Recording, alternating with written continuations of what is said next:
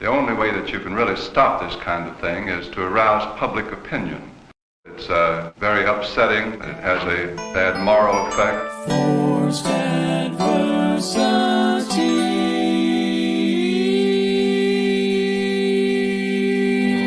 When I was a kid, it was too much supper. Now it's comic books. I'll burn them tomorrow. Bad, B-A-D-D, bothered about Dungeons and Dragons. Ask yourself, what's more terrifying? Fear or the frightened? I think there ought to be a law against them. Tonight I'm going to show you.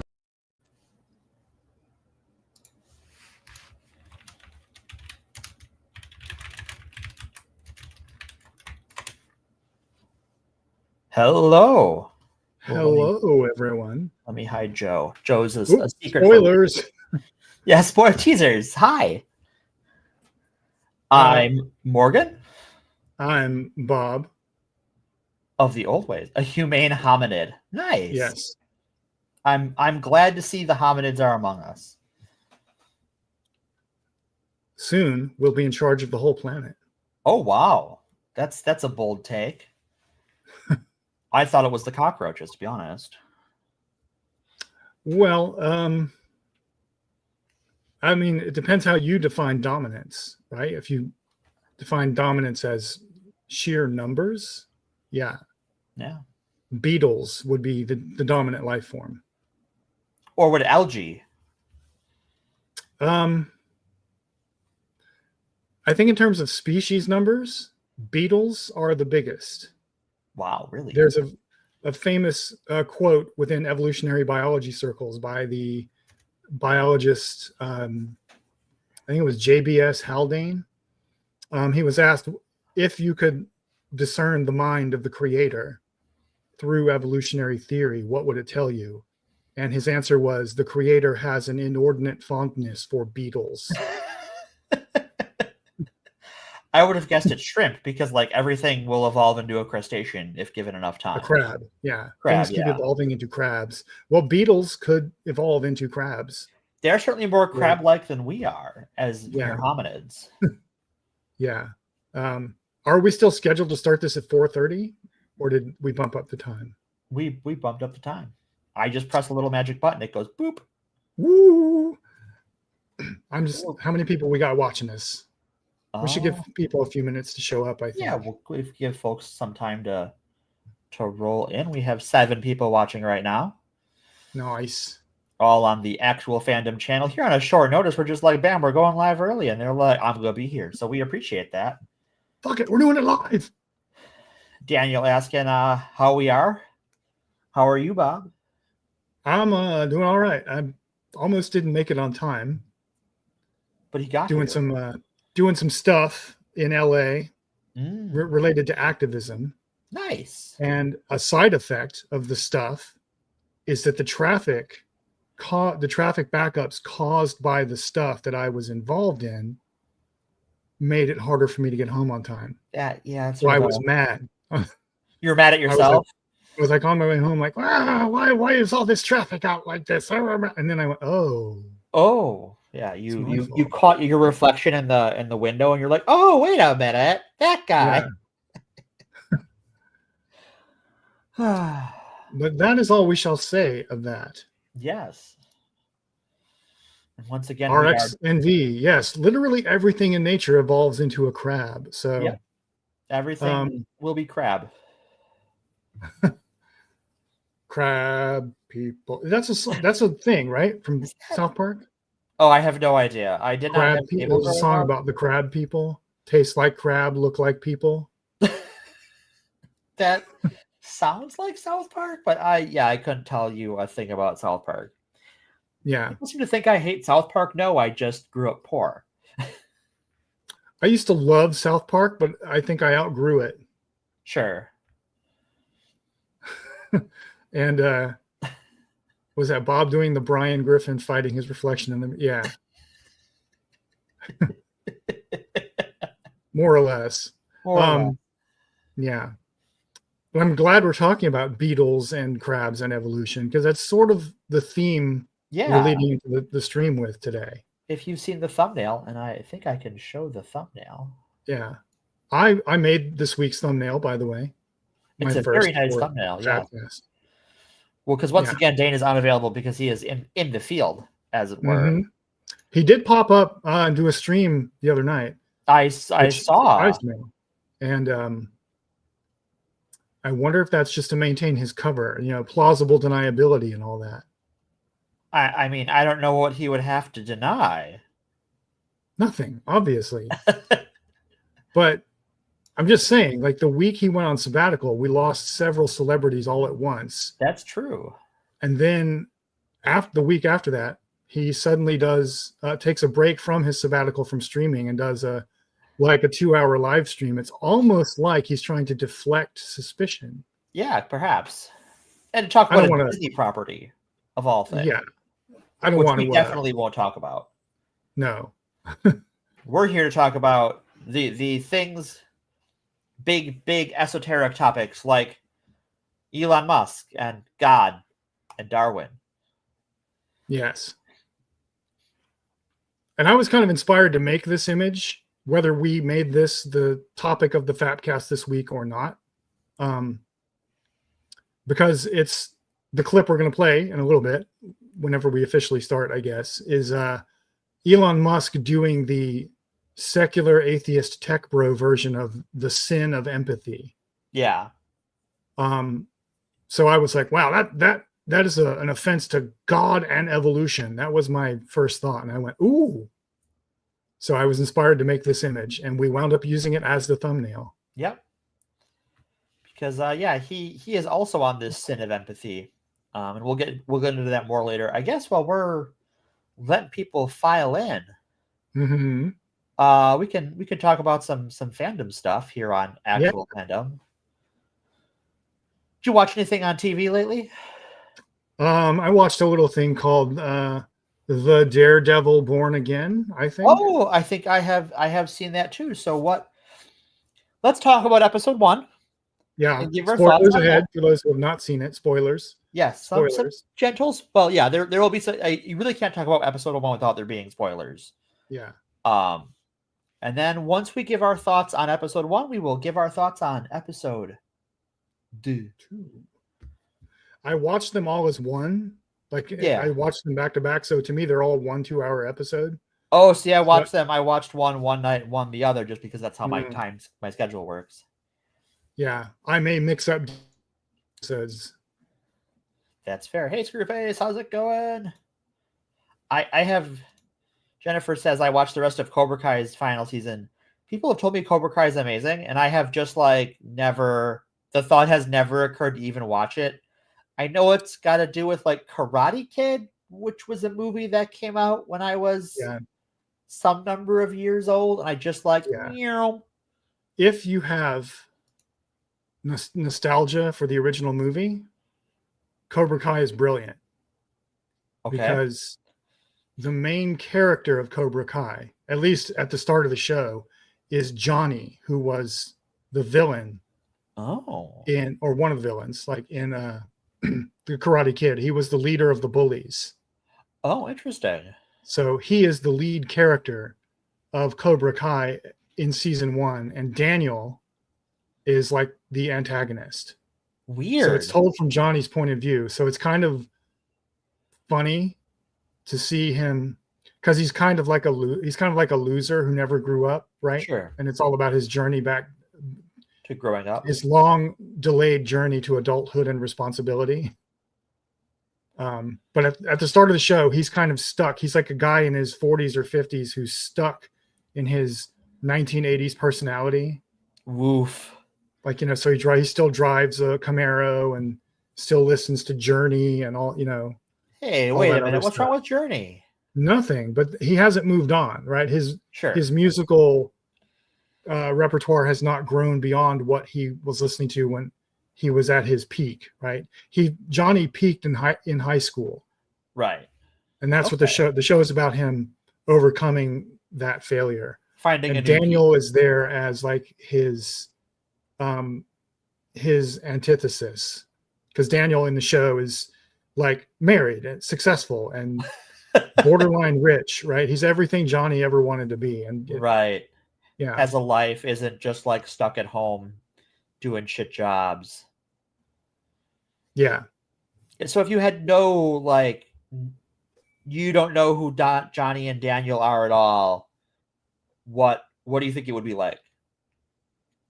Um, it's still good. It explains enough, like, you Okay. know, and it does rely a little bit on cultural osmosis of knowing like who was Mr. Miyagi and why do Daniel and Johnny hate each other. Sure. But they fill in enough blanks as they go along. Okay.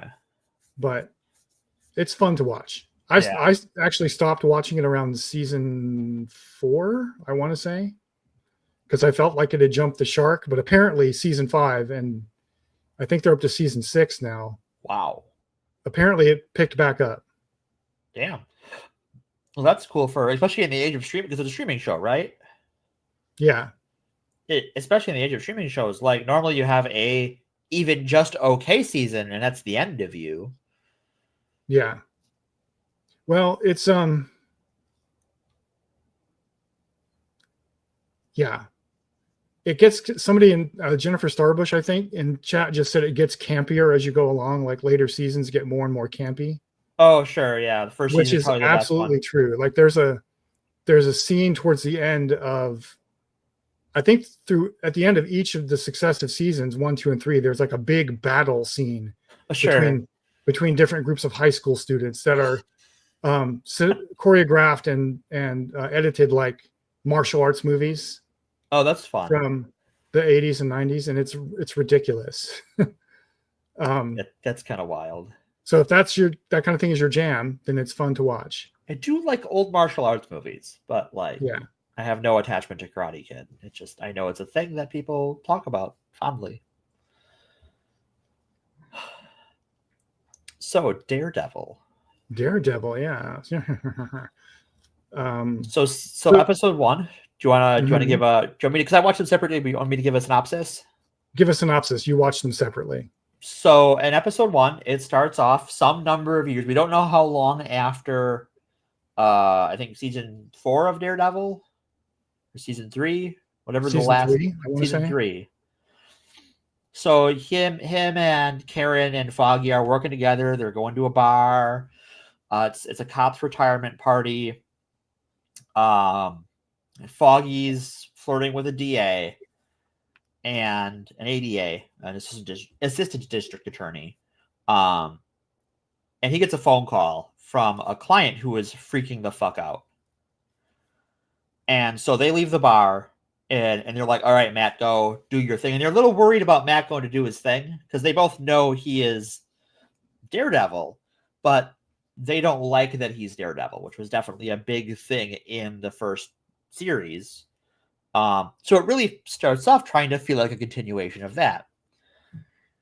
It turns out that this person that's after Foggy's client is not after the client, he's after Foggy. And this person and Daredevil get in a fight. It turns out it's Bullseye.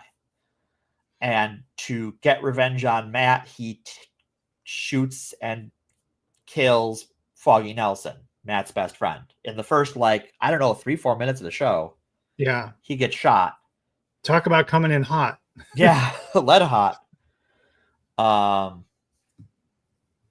And then, so that's sort of like Matt throws Bullseye off a building, and the cop who was retiring sees him throw it off and sees him on the top of the building with his mask off, and Matt throws his mask away.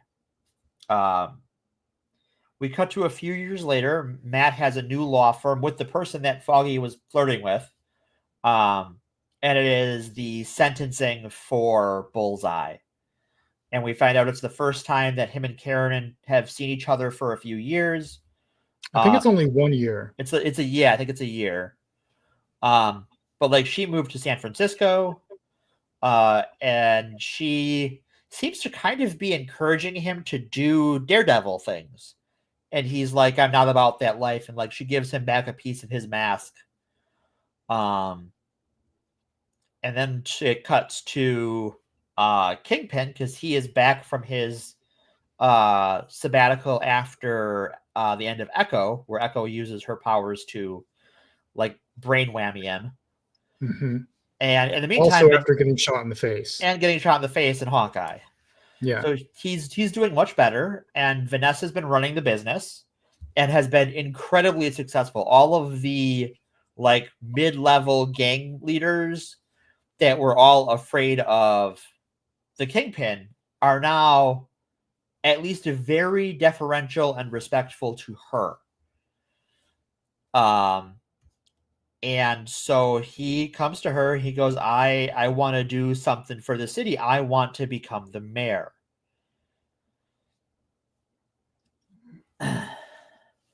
And so the rest of the episode plays out, and while Matt is out on a date, you find out that the Kingpin won the mayoral election for New York. So now he is going to be the mayor of New York, and that's the end of episode 1 is like all of the like there's an era of excitement because he's this sort of like populist reformist candidate is what he sold himself as. But like people are starting to tussle on the street and like there's this sort of edge to it. And Matt drops off his date and is like, I'm going to go home and just try not to think about this. And that is the first episode. Yeah. So it was really cool that it was like character driven and not, well, it was plot driven too. But yeah, the first episode had almost no action in it. It starts with action, right? It starts on a pretty like, we're doing Netflix Daredevil again kind of action with the broken bones and the blood sprays and but after that it sort of becomes this more quiet, almost procedural show. Yeah. And I thought the moment just before Matt throws Bullseye off the top, the moment between them was kind of weird. Yeah. Because like Matt is screaming why, like why did you kill my friend? And Bullseye just like pats him on the shoulder like they are old buds, and they put their heads together. Like a very intimate moment, and then Matt shoves him off the building. Yeah. It's very weird. Yeah, excuse me. I'm gonna mute myself for a second. It's definitely one of those things that I'm not entirely sure. Like I may have to go back and rewatch it or rewatch the original Daredevil series because it's been so long since I've watched it. And I honestly felt like by the time we got to that last season, it kind of lost something. Like I didn't really care for season 2 all that much, and Defenders was a show that happened. Like it was fine, but nothing special. And while season 3, I remember it being an improvement from before that. I don't remember much about it. Yeah. I'm going to have to rewatch the series, but I think this one will fill in all the blanks it needs to, because it's not entirely clear that this story is happening in the same continuity as the Netflix shows. No. Their status in the MCU is a little bit nebulous, I think. Yeah, I'm not sure. It's like at the very least, the broad strokes are the same. Like, Karen, Travis, and Foggy work together to take down Kingpin. Kingpin and Matt have a relationship. They know who each other is. Yeah. Bullseye is around and does bad guy things. Like at the very least, the broad strokes are there, even if things like Elektra and the Hand aren't a thing, and maybe we could find a better use for Sigourney Weaver in the MCU because she is wasted in Defenders. Yeah.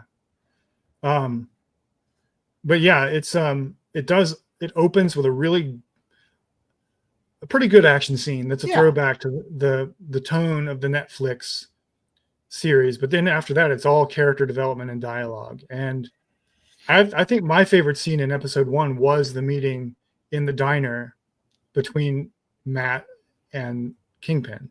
Oh, is that in episode 1? Okay, yeah. Yeah, I think. Yes. I think so too, yeah. You're right. Because he's still running for mayor. Yeah, you're right. They meet in episode 1. Yeah, because it establishes there's kind of a certain level of intimacy between them. Yeah, there's a level of they are honest with each other in a way they aren't honest with anybody else. Like you see one of Fisk's supporters who's going to vote for him come up to the window of the diner and knock and wave and give him the thumbs up, and like Fisk puts on a good politician face, but then he turns back to Matt and it's back to business. Like there's a level of like, I don't have to lie to you. And they're Yeah. both like, hey, don't fuck up. There's almost level of accountability where Matt's like, are you going to crime boss this? Because I will fuck you up. And Fist's like, no, I don't want to crime boss this. And if you're going to be a vigilante, I'm going to fuck you up. Mm-hmm. And Matt's like, I am retired, which means by the end of this, that both Matt will unretire and Fisk will do some crime boss shit, because these two are like, the Netflix show contrasted these two as they, in a way, cannot help themselves but give in to those urges. Mm-hmm. Like, and some of it is like fate conspires to do that to them because this is a comic book, but also like that's just their nature, is to, when they are punched, to punch back, and to punch back much harder. Right. And that was the whole point of their conversation, was they were talking about how, I think Kingpin says it explicitly, how it's hard to reconcile yourself to having a violent nature. Yeah. And that both of them understand each other better than anyone in their lives understands them, because they both have that struggle. Right. And I think Kingpin is super interesting. Yeah. This is the most interesting he's been in any show I've seen since, I think, the first season of the original Daredevil. Because I don't know if this is going to be a redemption arc for Fisk or not. I don't know. They've left it open. They set it up so that he could be going that way, or this could all be some long con that he's running. Right. Or and it's not clear what he's up to, and I don't think anyone in his circle is quite clear on what he's up to either. Yeah, there's a level of everyone's kind of like, everyone's on edge around him a little bit, especially once they get to know him. Like you see in when we get into the second episode, there's a character who you see in the first episode who is in part of his campaign, and then is part of his staff. And in that time, their relationship has changed a little bit. Yeah. Like you can see that before he was kind of a groupie, and now he's a little more wary. Not much more, but like you can see that edge is now there where it was not before. Yeah. So I think like going into this, my main worry was that this was going to be Daredevil season 4, that it was going to pick up where it left off and not really do anything new. Yeah. And I think after the first episode, that's kind of what I felt we got with the first episode. It is like there's sort of a new status quo, which kept me going into episode 2, but it's like it kind of felt very similar. Yeah, it was just like, okay, we're his supporting cast is dead or gone. He is trying to live his life and will eventually do Daredevil things, and that's all well and good. I don't mind more of the same, but it felt like that's what we were getting, and my hope was for something a little more elevated. Well, I think it was done to reassure fans of the original Netflix series that this is going to be the same tone. This isn't going to be like a, for lack of a better word, a Disney-fied version of Daredevil like we saw in She-Hulk, which was an awesome version. I liked that version of Daredevil, and that's kind of the same one we got nods. But episode 1 of this show was done to reassure viewers that this is going to be the same tone that they were expecting. Yeah. And I think, how do you feel about the Jennifer Walters erasure in this show, by the way? So I thought about that. I think there is a level of like, one of the reasons that worked in She-Hulk, I don't think if She-Hulk had been set in New York, I don't think that Daredevil story works as well. Nah. Because there is like when he is in California, away from the negative parts of his environment, because so much of his trauma is tied to where he lives and works, that when that is removed, because you see the lighter, more sarcastic, funny elements of Matt, both in the original Daredevil show and in Born Again. Yeah. And I think that in She-Hulk, because he is not connected to his burdens, you get to see more of that. I think not referencing She-Hulk. I think they'll reference it eventually. Eventually, They're maybe already dropping Easter eggs in dialogue to other Marvel characters, Other Marvel MCU characters, yeah. characters. So, yeah. Doesn't She-Hulk take place in San Francisco? Am I think so. wrong? I believe so. 'Cause that's where Karen has moved to. So maybe her and Jennifer are, besties. sharing notes about Matt. Oh, they're sharing. Yeah. Screwface brings this up, and I'll pull this up and read it. And I wonder if it in fact takes place after Born Again. That Daredevil Born Again, or that She-Hulk takes place after Born Again. Who knows? Which would be another way to handle it, right? Is that it's that we're seeing what happens before.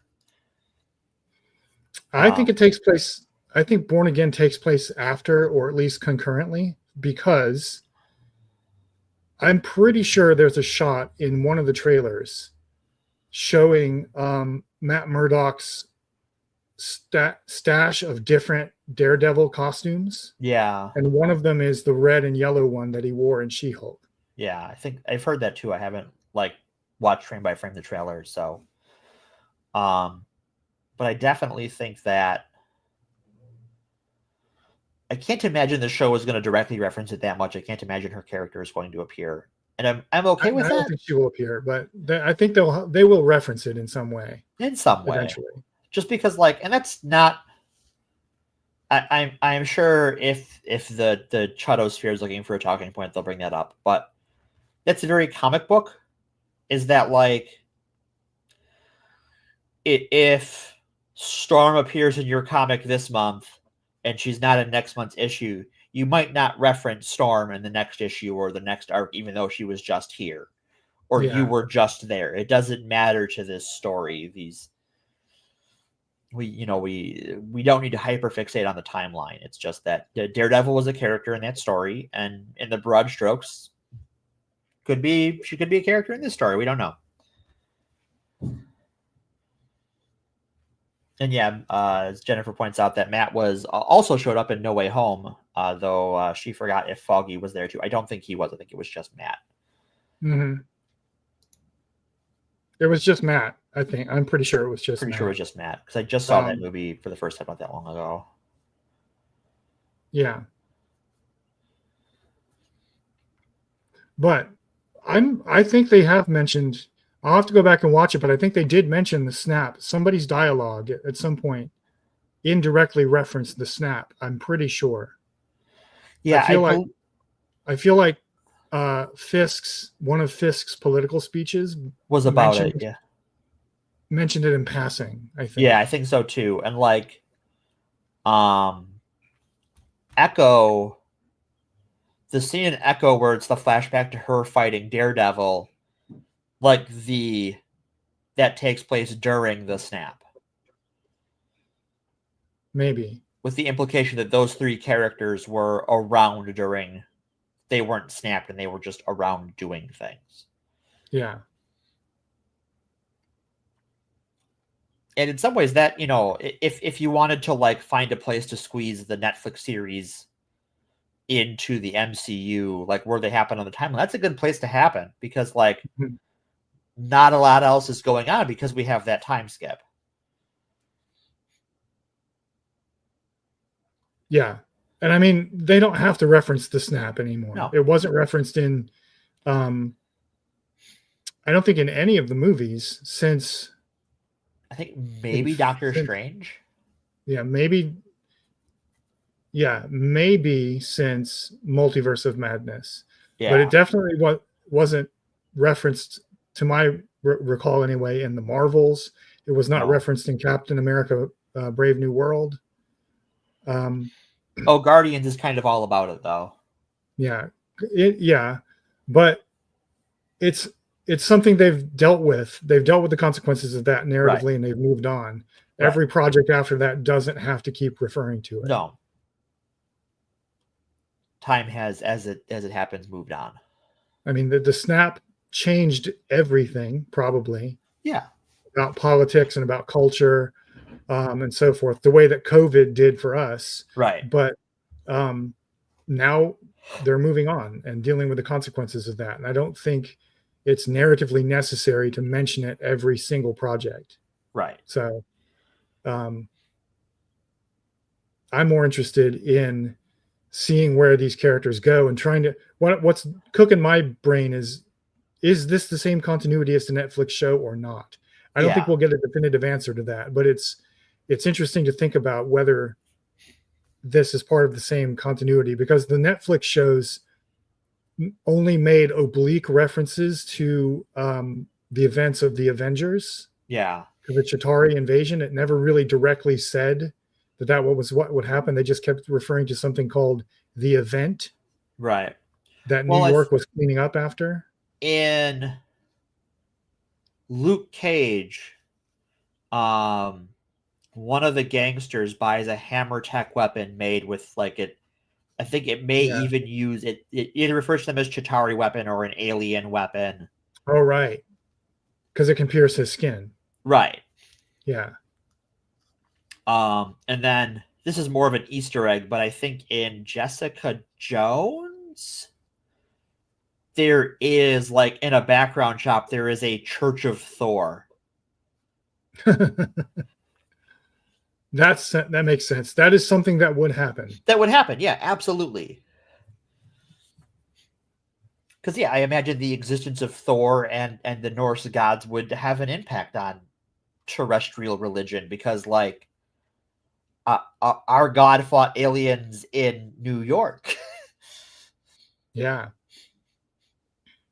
It's little things like that, little bits of world building that I think really make the MCU work in a way that so far no other shared universe franchise really has.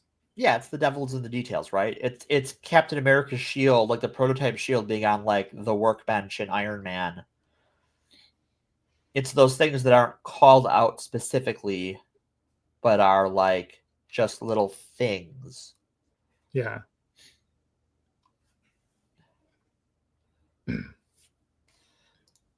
Logan Mansion Games asks, was Church of Thor so it like drug addict Donald Blake's cult for Marvel Runes? I don't know what Marvel Runes actually is, so if you want to explain that, I would love to know.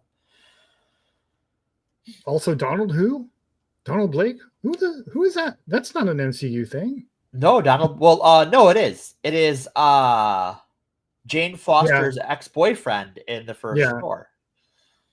Yeah. Oh, that's right. I mean, they used his ID or something. His ID to explain who Thor was, but Thor is not Donald Blake like he was in the comics originally. Right. Yeah. Anyway, let's move on to episode 2. I guess episode we got 2. a lot to talk about today. All right, you want to talk about episode 2? Yeah. Excellent. Hit it. It was good. It was good. Excuse me. I believe episode 2 we find out about White Tiger. Oh, Morgan left. Uh-oh. I feel I have abandonment issues now. Oh no. Yeah, so episode 2 of season 1 of Daredevil Born Again revealed to us that there's some corrupt cops out there who have Punisher skull tattoos, and the man we now know to be White Tiger accidentally killed one of them while defending a person they were beating up without identifying themselves as police officers. Not that beating the guy up after that would make it okay, but yeah. So Matt Murdock has taken on White Tiger's case.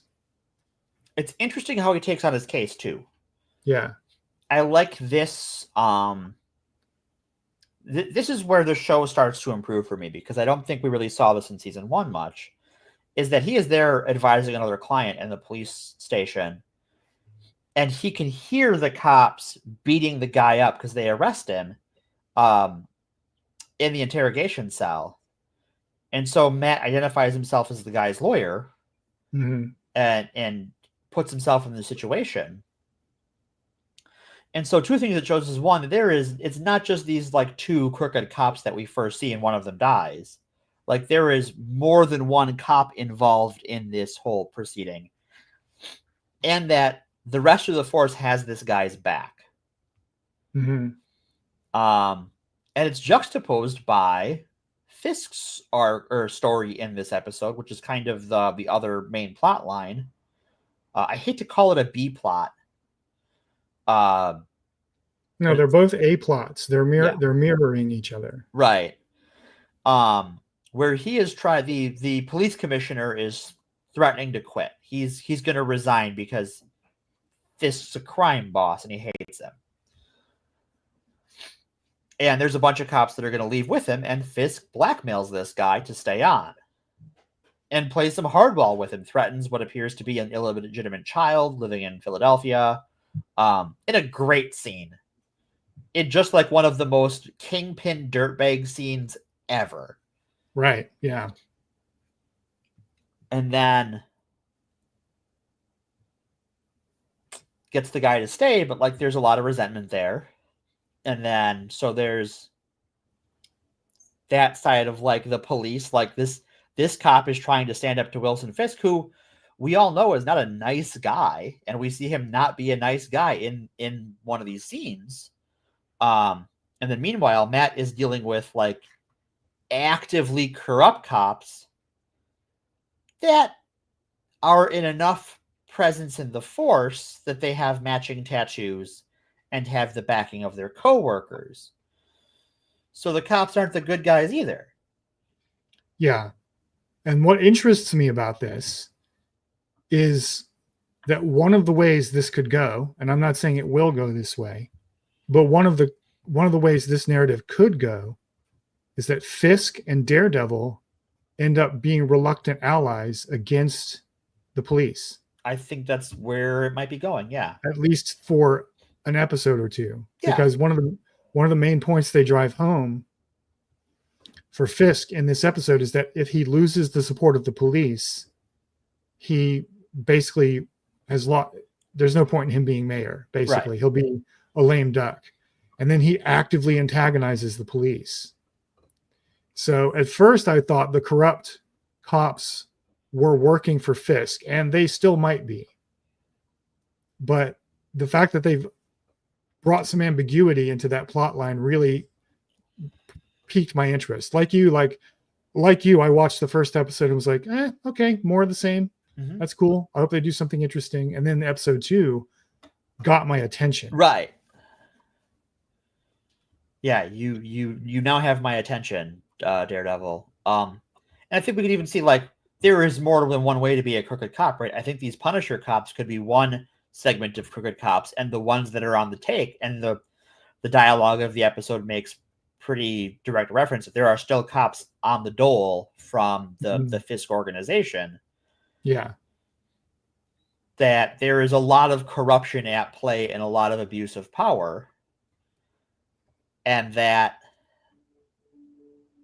if Kingpin is sincere in his desire to like improve the system using the system is going to actively fight against him. And if he's going to use it for crime, it's actively going to fight against him. And so no matter what he does, the police rule New York. And he has to deal with that. And Matt has to deal with the fact that the police rule New York and will kill whoever the fuck they want. Because we should get to the end of this episode. A, so we can move on, and B, because I think the ending tells us where the show is going. Mm-hmm. I'll pull up a comment. Logan Mansion Games asks, is this like calling out how some real cops idolize the Punisher? Because there was a Punisher comic where that happened. Yep. This is exactly that. The cops we see the one cop has a Punisher tattoo on his wrist. Yeah. When he goes to do some naughty things, which we will discuss right now. Yeah. They were going to, so the dirty cops know where their victim from the first episode. Was it the first episode? No, it's the beginning of the second episode. So beginning of the second episode. Right. Where Hector Ayala, if I hope I'm saying his name right, the White Tiger, saves a guy who is apparently being beaten up by gangsters. And it turns out the gangsters are cops. Right. And the cops still know where the guy they were beating up lives. So Matt tracks the cops long enough to find out where they are going, and then he alerts his buddy Cherry to go to a safe location, and Matt will bring the witness to him. So Matt goes to get the witness, and the dirty cops show up right behind him.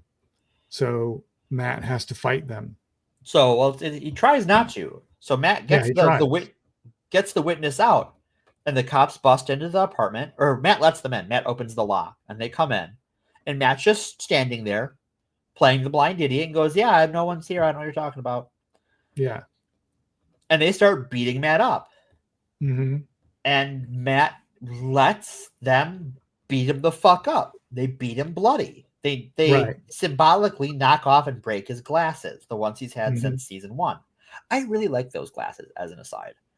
They're sexy. But then the cop's like, "Well, we've beaten him. He knows we were here. Let's kill him." And the cop goes for a gun, and Matt begs them not to. And they think Matt is begging them not to because he doesn't want to get killed by them. And Matt is not doing that. Matt is begging them not to because he does not want to remove their assholes through their mouths. Which is what he does. Yeah. So I'm curious to see whether the cops survive this episode, because this creates a lot of problems for him either way. Right. Now, in real life, the things he did to them would have killed them. Yes. Those are fatal injuries in real life. However, this is a comic book show, Right. so they might survive. And if they survive, then they're gonna probably tell whoever they're working for that a blind man named Matt Murdock beat the shit out of them. Right. Or if they're dead, but they're found in the witness's apartment, or in the apartment of the witness that Matt is presumably going to present at trial, that's gonna be a whole shit show with the police force too. Right. Because they're gonna want, like Cherry said, when a cop is killed, a machine turns on, and right, and it doesn't turn off until they find someone to blame. Mm-hmm. So it's super intriguing to see what happens next. Because what tough guy cop wants to go around and tell their buddies that they got beat up by a blind guy? Right. And that might be the other thing too, is they don't know what to do, is that they try and pin it on someone else. They could try and pin it on Fisk's guys, right? Yeah. That they might not even go, "Well, we're going to go back and say this blind guy beat us up," like, because they're part of this manliness Punisher cult. Yeah. But those two guys in particular, if they live, will know it was Matt Murdock. Right. And it's not hard to connect the dots between Matt Murdock and Daredevil. No. Not at all. So, So it's a lot's going to hinge on whether these cops work for Fisk or not. I don't think they do. I don't think they do either, but they might. And that's why after this episode, it had my attention, because I was like, ooh, are Fisk and Matt going to team up? This is really interesting. I think so. I also wonder if we're going to get that sort of period we've had in some Daredevil comics before, where like that Matt Murdock is Daredevil is no longer a public secret. Mm-hmm. Or that like his identity is revealed and he's just openly Daredevil. So that might happen too. That comes and goes as comic logic dictates, because comics. But I think the show is better than I hoped it could be. And not that very strong beginning. Yeah. Very, very strong beginning. Stronger than I expected, honestly. Yeah. Like, and I'll totally cop to that. I had not low expectations, but average expectations. And it was better than I imagined it could even be if it had blown my expectations away. Yeah. I just hope they find a way to bring back Jessica Jones. Yes. And Luke Cage. Nick, Luke Cage. I wanted to say Nick Cage. I was like, no. Nope. That's not it. Though if they could bring him in, that would be cool too. That'd be funny as hell, yeah. But yeah, bringing in Luke Cage, I could do without Iron Fist. Yeah, same. the version of Iron Fist they have. But the Iron Fist series ended with Colleen Wing taking over as the official Iron Fist. Oh, did it? I didn't watch season 2. So they could just bring her back because Jessica Henwick, who plays her, is a much better martial artist than Finn Jones, who had no prior martial arts training apparently. And you could tell. And it showed. Yeah.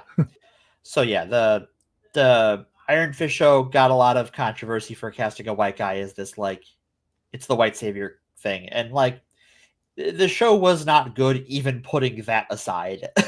Yeah. I mean, that's Danny Rand is the original Iron he's Fist, not yeah. the original Iron Fist, but he was the flagship Iron Fist of Marvel for years. It made Right. sense to make the show about him. It did, absolutely. I think to me the thing that made me mad was how the character of Iron Fist was, the actor playing him was clearly the least talented martial artist in the entire show. In the show, yeah. And we're supposed to believe that he is the best martial artist in world. the MCU. Yeah. Right. And they just couldn't sell it. And like I watched every episode, and every time he got in a fight, I was like, why isn't the guy he's fighting playing Iron Fist? Right. Or at least being the stunt double for Finn Jones. Right? I didn't get it. Especially because, like, and part of it is he doesn't really wear a mask or anything, so the stunt double's a little harder to do, though. That's not that hard to do. I think part of that is, now this is completely me trying to remember something from years ago now, but either the Netflix shows or the CW DC shows were really fucking hard on their stunt doubles, and eventually they had trouble getting stunt doubles. Mm-hmm. Because they were just like rushing things, not taking the right safety precautions, and people got hurt. Yeah. That is a problem that's a structural problem though. Yeah. It's not a writing problem or a casting problem.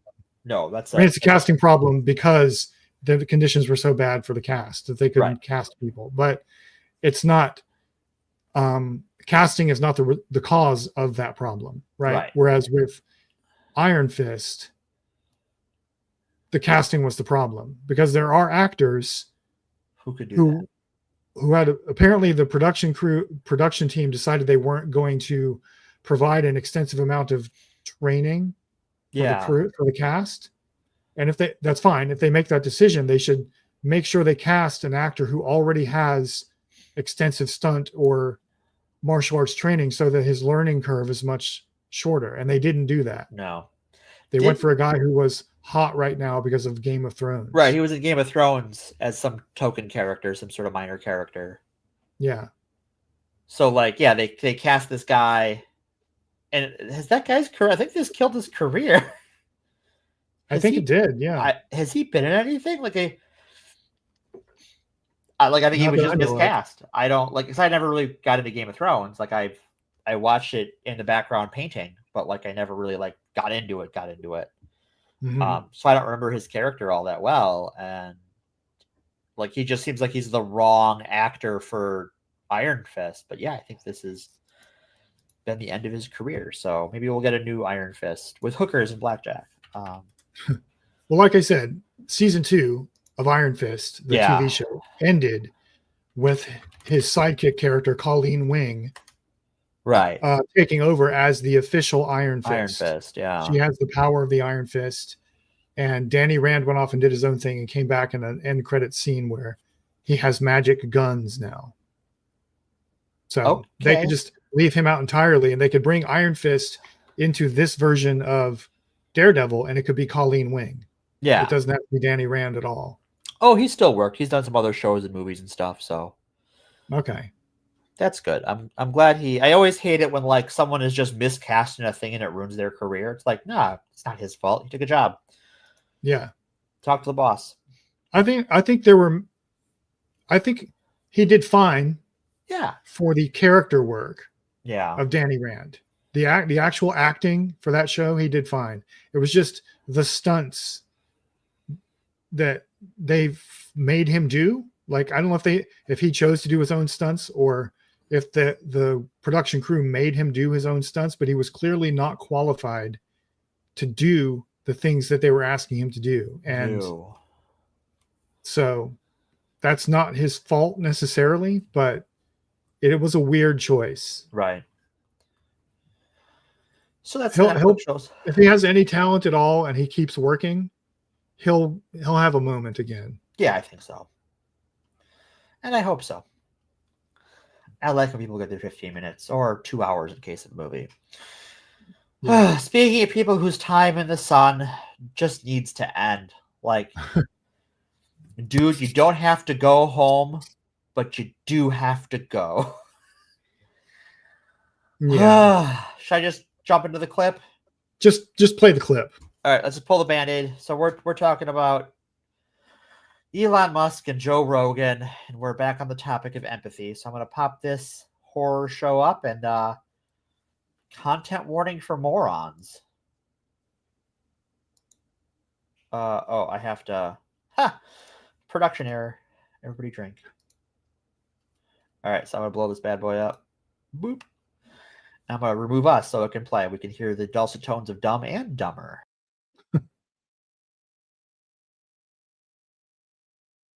People are so indoctrinated too. There's so many people that no matter what, they think voting Republican means you're an asshole. Yes. And they won't do it. They won't do it. They'll put their fucking rainbow flag on their porch and they'll just ride it right into the beach. Civilizational suicide. Yeah. Right to the rocks. Bang. Crash the boat. I mean, there's a guy who posts on X who's great. Godsad. Yeah. He's a friend of mine. Oh, he's been on the podcast a bunch of times. Yeah, he's awesome. Yeah. It's great. And he talks about basically suicidal empathy. Mm-hmm. Like if there's so much empathy that you actually suicide yourself. Yeah. So that we've got civilizational suicidal empathy going on. And it's like, I believe in empathy. Like, I think you should care about other people, but you need to have empathy for civilization as a whole and not commit to a civilizational suicide. Also, don't let someone use your empathy against you so they can completely control your state and then do an insanely bad job of managing it and never get removed. The fundamental weakness of Western civilization is empathy. The empathy exploit. They're exploiting a bug in Western civilization, which is the empathy response. So, and I think empathy is good, but you need to think it through and not just be programmed like a robot. Right. Understand when empathy has been actually used as a tool. Yes, like it's weaponized empathy is the issue. Yeah.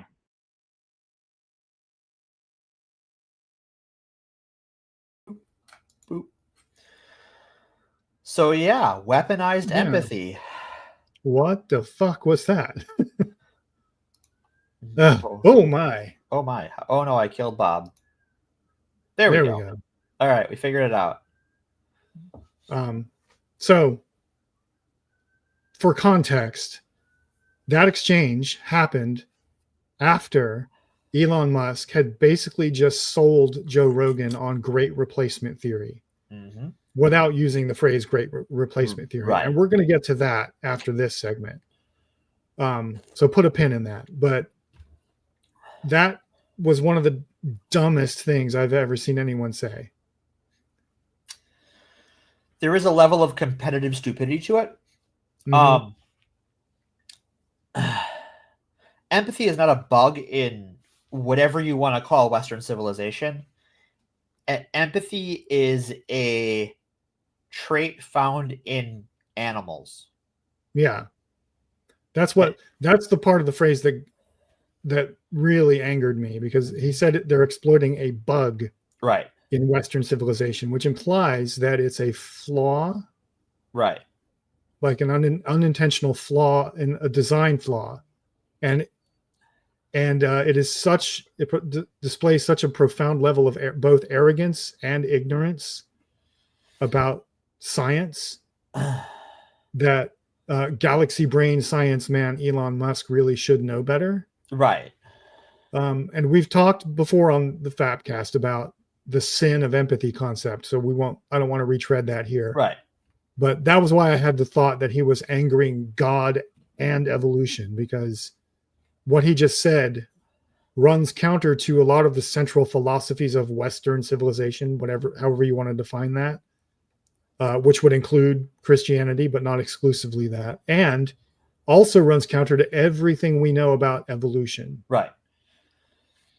Empathy is not a emotion that exists solely in humans, nor does it exist solely in hominids, nor does it exist solely in great apes. Yeah. It exists in mammals, it exists in birds, it exists in some reptiles even, possibly fish and amphibians. We see life tends to take care of life. Now, girls got to eat. And so like you might, it's not 100%, but like in general, especially in mammals, we are social animals. Birds fly in flocks. Mm-hmm. That's how that works, why animals do that, why we feel empathy as a part of our survival. Because we can't do it alone. We can't do much alone. Exactly. If you read, this is one of the things I went to school for, by the way. I've had 2 aborted college educations in my life. The first was for religious studies. The second was for geology and paleobiology and evolutionary biology. Basically, I was going for a paleontology degree, and that requires you to focus either from the biological side or the geological side. So right. I took a lot of both. But understanding how evolutionary theory works is obviously kind of central to a little bit. Just a little bit. That project. And if you read Darwin's book on human evolution, yep. And Darwin is not the only authority, obviously, but he began the conversation. Right. After The Origin of Species, he wrote a book called The Descent of Man. And I think its subtitle was "And the Selection on the Basis of Sex," I think, something like that. And this caused quite a stir with the Victorians for 2 reasons. Number one, because his thesis in how human evolution worked was not simply that humans were also an evolved organism. I don't know if y'all heard that motorcycle or not. No. His thesis was not just that humans were also evolved organisms like all the other animals we see, but also that our evolution was driven by empathy. He called it sympathy because the meaning of words changes over time. But if you look at what he meant by using the word sympathy, it's what we now call empathy, which is feeling with someone, feeling someone else's pain as your own pain. So his understanding of human evolution could be described as survival of the kindest rather than survival of the fittest, which is splitting hairs because being kind would make you the fittest organism. Right. Now, like the social Darwinian survival of the fittest thing is not this like dog eat dog capitalist thing. That's not Darwinian. Right. That is something made up in the late 19th century, early 20th century to justify capitalism. So. Yeah, it was made up by a guy, I think named Spencer. And I don't know if he did it specifically to justify capitalism, but it's very convenient that it does justify capitalism. It certainly does. But what we think of as social Darwinism should not really be called social or Darwin. It should not be called Darwinism at all because it doesn't. Because social Darwinism doesn't understand evolution. Right. Period. Nope. The idea that survival of the fittest means that the strongest, most ruthless organism is the one who survives misunderstands everything fundamental about evolution. Right. Evolution is kind of about the power of large numbers. Evolution doesn't happen on a personal level. It happens evolution on a species level, on a time scale that we as humans are not fundamentally equipped to understand. Mm-hmm. Well, it happens at the level of population and the level of genetics, neither of which are individuals. Right. But the other thing that this book did to piss off the Victorians, which is not germane to our conversation, but is still worth mentioning, is that Darwin demonstrated that human evolution is driven by female choosiness in mates. And they really don't like that. And not just in humans, but in animals generally. But which is why male animals of many species have like very colorful displays and so forth, because it is the female of the species that is driving natural selection. And the Victorians were not happy with that idea, but that's another conversation for another day. Right. Now, Darwin's thesis was confirmed by the discovery of what we call mirror neurons. And I don't want to go too technical here, but basically mirror neurons are things that are neurons that exist in the brains of animals where we see other animals experiencing something and we literally experience it as if it is happening to us. It is the neurological basis of empathy. Right. Like they've done tests on like brain scans on animals where, and these are very cruel experiments, but they'll torture one animal and the other animals who are hooked up to EKGs and stuff will have the same neurological response to the other animal's pain as the animal has to its own pain. And they isolated the neurons in the brain where that's happening and called them mirror neurons. Right. And we have discovered mirror neurons in both birds and in other mammals. Right. Which would mean that the existence of mirror neurons would be what in evolution we call homologous between those two groups, meaning that both of those groups, birds and mammals, inherited the trait from a previous common ancestor. And the last common ancestor of birds and mammals was like 300 million years ago, before dinosaurs were around. Right, where we are talking about a time before dinosaurs, that these neurons would have come into being in animals. Right. So this means that empathy is not a bug of any particular civilization. It is a feature of natural selection. It is a trait that is conserved across evolutionary time by natural selection because it is useful in propagating the species. And it is the most, I don't want to say it's the most human thing we do because it's not unique to humans, but it is a fundamental feature of being at least a land animal on Earth. And even aquatic mammals, right? How many aquatic mammals swim in pods or in family units? Yeah. Well, mammals I include them in, I should have been more specific. I'm not teaching evolutionary biology class. Sorry. Sea mammals are what we call tetrapods, which are land animals. They just have returned to the sea, but they have all the morphological characteristics of land animals in terms of their skeletal plan and their body plan and so forth. But they're just on the journey to become crabs again. Yes. because we all evolve into crabs eventually. Because it was just Ash Wednesday, from crabs you descend, into crabs you will return. It was Crab Wednesday is what it was. So this is why Elon Musk is just an idiot. And it's also why after this comment went viral, my Blue Sky feed was full of both theologians and evolutionary biologists and anthropologists calling Elon stupid, and explaining from their particular fields of expertise how and why. So we had like Christian and Jewish scholars explaining the long tradition of empathy in their theological traditions, and we had scientists saying, "No, you dumbass! Empathy is fundamental to evolution and natural selection. It is the thing that keeps us all alive." Right. And yeah, because it turns out, like, evolutionarily, you right there listening to us right now, hi, nice talking to you. Evolutionarily, you are not different than a guy in Sumer making beer 6,000 years ago.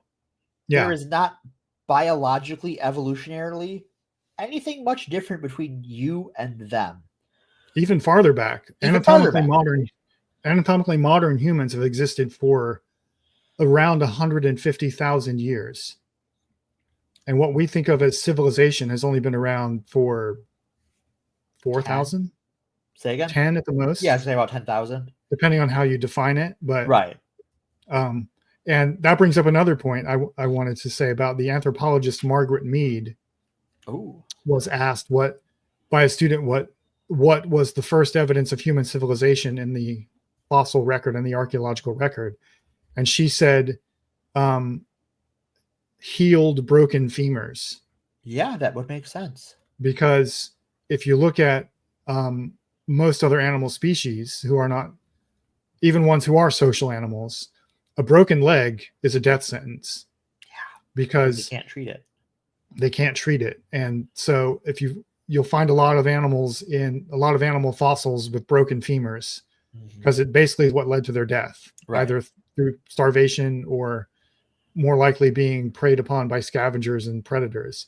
And the fact that we find human remains from 150,000 years ago of people who had broken legs that healed means they were being taken care of by other members of their tribe or band or whatever level of social organization they had. Yeah. And it was treated. They found that humans were motivated to find a way to treat the broken legs of other people, which is empathy. Right. And it's both sympathy and empathy, but inventiveness. Yeah. Inventiveness towards the furtherance of empathy and motivated by empathy. Yeah. That is exactly it. And that is civilization in a nutshell, right? Because everything we do builds off of what others have done before us. Yeah. So empathy is not a bug in Western civilization. It is a feature of human civilization and of animal life generally. I would go as far to say as that this fear of empathy is a bug in Western civilization. Yep. Because you are looking to not propagate the human species and preserve human civilization, but you are looking to remove that which is uncomfortable to you, and your empathy stands in the way of that. Your empathy is a reminder that you biologically don't want to do this. Yeah. And in the environment of evolutionary adaptation, the EEA, which is the Stone Age, a person with the philosophy of Elon Musk would be eliminated from the gene pool through natural selection. Yeah. Because he doesn't want to help other people. Nope. Or be helped by other people. He probably wants to be helped by other people. He wants to be helped, but he does not want to help. But a society that built itself around his idea would perish. That empathy is a flaw would be removed from the gene pool. And people like with that philosophy are only able to flourish because of the power structures we have invented since then. Right. That are designed to make them flourish. Yeah, if you read any book on this subject, any recent book on this subject, I would recommend The Dawn of Everything by Graeber and Wengrow. Ooh. Both of whom have the first name David Graeber and David Wengrow. It is like 700 pages. It's very comprehensive. But the theme of it is that it's basically debunking the pop culture narrative that, there was a time in prehistory where we were a stateless society and then we became a state society because agriculture was the greatest mistake in human history. And all this other stuff. One of them is an anthropologist, I believe, Wengrow, who is the one who's still alive, is an anthropologist or an archaeologist, and David Graeber, who is now dead, was a philosopher and an anarchist, I want to say. Uh-huh.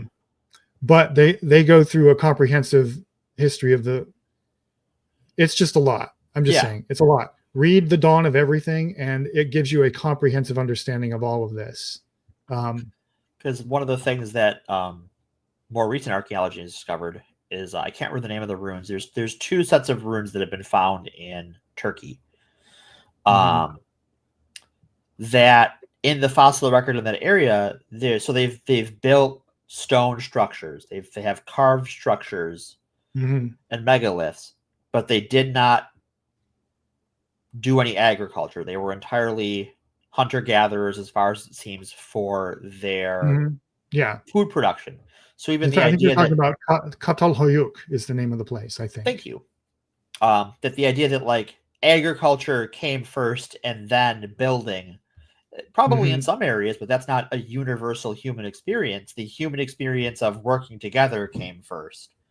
Oh, Bill Hun just corrected me. It's Gobekli Tepe. That's what you're thinking of. Oh yeah, that's the one. Yeah, that's it. Catalhoyuk is nearby there. It's around the same age, but it's a different site. It's a different site. Okay. But yeah, so like that site undermines the classic narrative that agriculture came first and then cities. Right.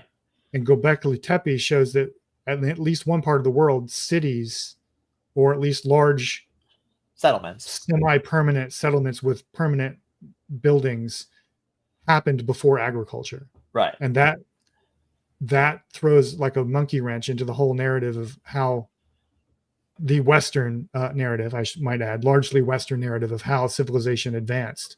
And we've talked about this in the show when it comes to Turkey. What century is it to define whether Turkey is part of the East or West? Yeah. Because that's something that changes century to century almost. Like Turkey was part of the West at the beginning of the 20th century. Yeah. Well, a big theme in the book I mentioned, The Dawn of Everything, is that the pop culture discussion about human evolution is decades behind where the scholarly community is. Yeah, very much so. The scholarly community left behind the idea that there was anything teleological about human evolution, or that human evolution, cultural evolution, happened in a specific number of steps. Like first there was hunter-gatherers, then there was agriculture, then there was cities. Scholars, threw that out decades ago because the evidence just doesn't support it. But people who write books, pop culture books, to sell their political or cultural narratives still depend on the idea that Western civilization is superior. And part of the story of Western civilization being superior is that we got to X, Y, and Z discoveries first before anyone else did. Even though that's also not true. Right. That's also right. Like it turns out human civilization didn't start in Europe. There was plumbing in India before there was Rome. Yeah. Like I don't know else how to put it better than that. Is that like the human development is not a straight line. It is not. It's messy. And one of the biggest pillars of that false narrative is the idea that we, the West, invented the Enlightenment. No, we did not. We did not. And they cover this in the book too. Like if you go back to the original source documents of what we now call the Enlightenment in Europe, and the narratives, and like a lot of the Enlightenment ideas were written in the form of dialogues, sort of like Socratic dialogues. And it was always a dialogue with a so-called savage, a character who was called a savage, who was questioning things like monarchy and religious hierarchies and all that other stuff. And they did use these Socratic dialogues to sell people on the idea of democracy. Right. And it turns out that almost all of those savage characters were based on a real person who was a Native American named Kandiaronk, who was taken on a tour of Europe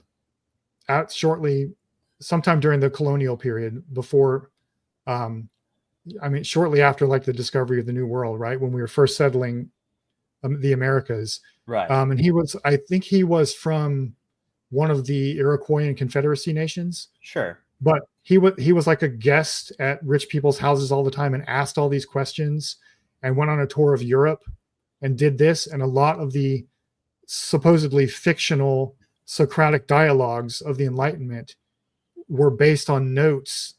The dialogue of the savage character was based on notes that people took of what Kandiaronk was asking and saying. So Enlightenment philosophy has its roots in indigenous American society, not Western Europe. Right. Right. And this is far afield from the empathy discussion, but I also think it's tied into it because of Yeah. the whole like this discussion of empathy in Christendom, empathy in the West, because those two terms are used interchangeably by some people, even though I would argue that they are not interchangeable, because I don't think what we recognize as the West has existed for more than a century or so, and two, that it is not fundamentally Christian, but a mix of historical experiences that transcend that and come to and from that, because Europe is not a bubble. Europe has never been a bubble. Yeah. Just look at the Mediterranean. Think of all of we put a lot of emphasis culturally on like Greco-Roman civilization, which are also two different things. It's kind of like Judeo-Christian. Like those are not the same thing. Greco-Roman, those are not the same thing. No, not at all. not even a little. Although, like putting it in an evolutionary context, this is why I argued. I made a comment in our Discord that Dane objected to, that I consider the Enlightenment to be part of the Christian tradition, because I'm using an evolutionary analysis where every in evolution, every species, if you want to call it that, is a full member of every ancestral community it comes from. In evolution, we call them a clade. Right. CLADE. So every organism is a full member of every clade that came before it, because it contains within itself certain conserved traits it inherited across generations. So all birds are dinosaurs, right? But not all dinosaurs are birds.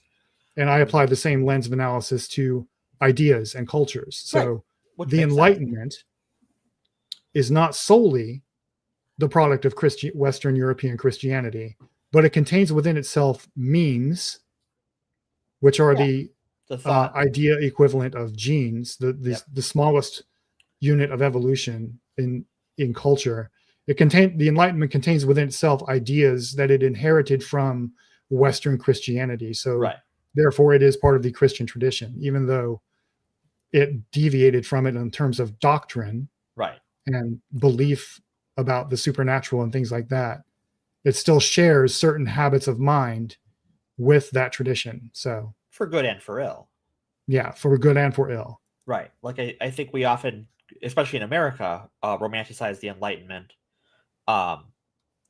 even though it brought us things like colonialism and eugenics. And when I say colonialism, I mean like the mercantile colonialism of, the Spanish Empire, the British Empire, the Portuguese, of this, like, these are people we are going to colonize economically, not just from a resource standpoint. Or rather that, like, where the Romans would bring, at least in their own propaganda, because our Roman sources are often Roman and they write things from their perspective. Caesar's war journals are a good example of this. He sees Romans bringing Roman culture and making other people more Roman, where Enlightenment era colonialism was about resource extraction more than anything. Now, whether or not Caesar is talking out of his ass, I don't know. I'm going to presume probably to some extent, for sure. Either because that's, either he was lying out his ass and just propagandizing, or that's what he believed he was doing, even though that's not materially what he was doing. Yeah, now I've gone on a complete tangent and I've lost my train of thought. Yeah, we have. Yeah. Let's bring it back. Let's bring it back. So Elon Musk is a dumbass. He's a dumbass. He's a moron. there's a certain segment of people out there who will never believe that, who will continue being Elon stans. Right. But I think every time the man has opened his mouth, especially since he became Donald Trump's Rasputin, is that is an insult to Rasputin. Time will tell. Because you know what? At the very least, Rasputin was good to children. Yes, and he apparently was possessed of some kind of dark charisma, which Elon Musk definitely does not have.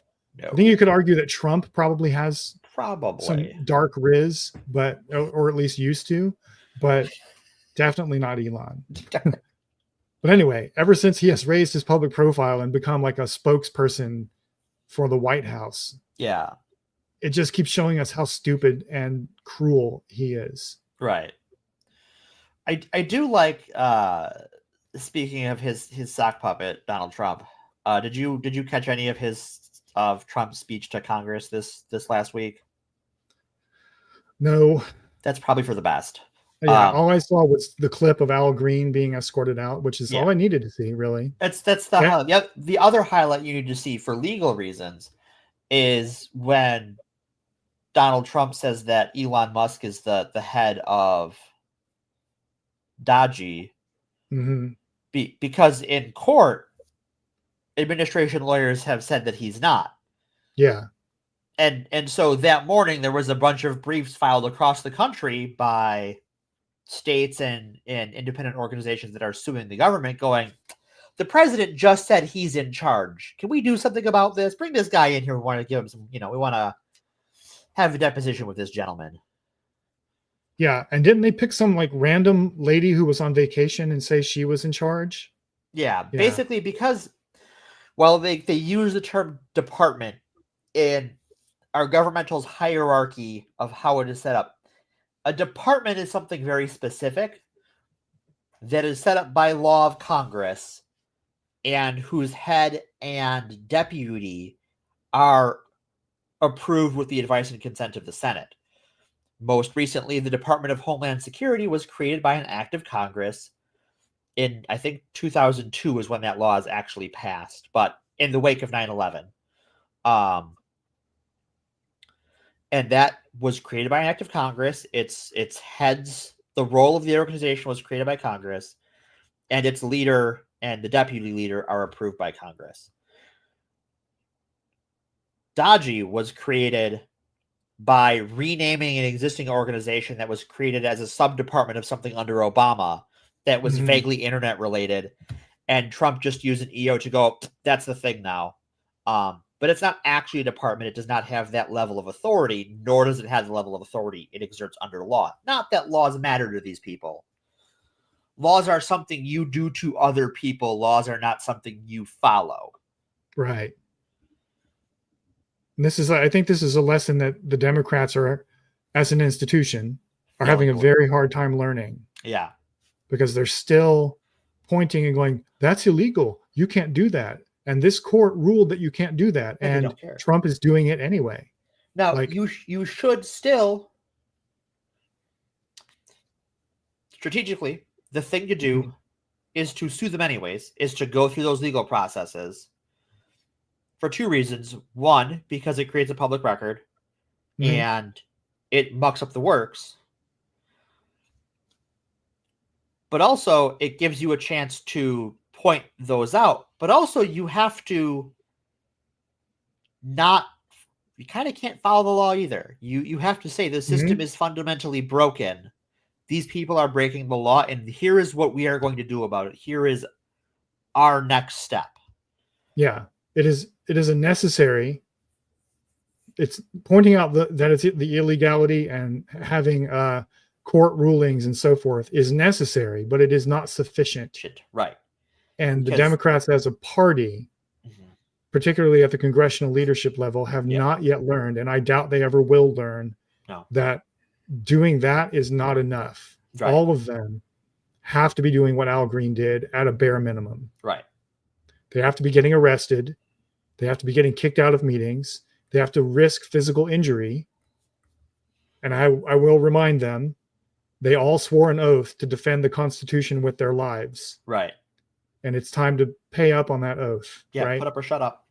Yeah. And it in my opinion, when the sergeant at arms escorted Green out, they should have followed. yeah, Each and every one of them should have gotten up and walked out. Yes, but not at the same time. It should have been every single one of them individually doing that. Right.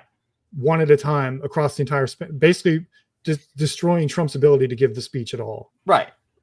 For like an hour or two until however much time it took to escort each of them out of the hall individually, or forcing the Speaker of the House at Trump's behest to order all of them to be escorted out as a block, as like a block, by force, right? Because the point there is to highlight on national television, as much as that is a thing anymore, that this is a fascist coup, right, of the government, and the way you do that is by forcing them to use force against you in the clumsiest manner possible. Because the part of this is also that is the morally correct thing to do. Yes. 2 is we have a craven media that will follow excitement, and one of the things the Republicans have used to great effect really since the Tea Party, but certainly under Donald Trump, is creating the media circus. Mm-hmm. Create your own goddamn media circus. If you make them throw you out that way, reporters are going to go. Reporters can see the president speak whenever, right? That's going to be on C-SPAN, right? There's just a camera rolling that'll record that. We can talk about that later. The news is out there. Yeah. People are going to follow the news. Go be the news.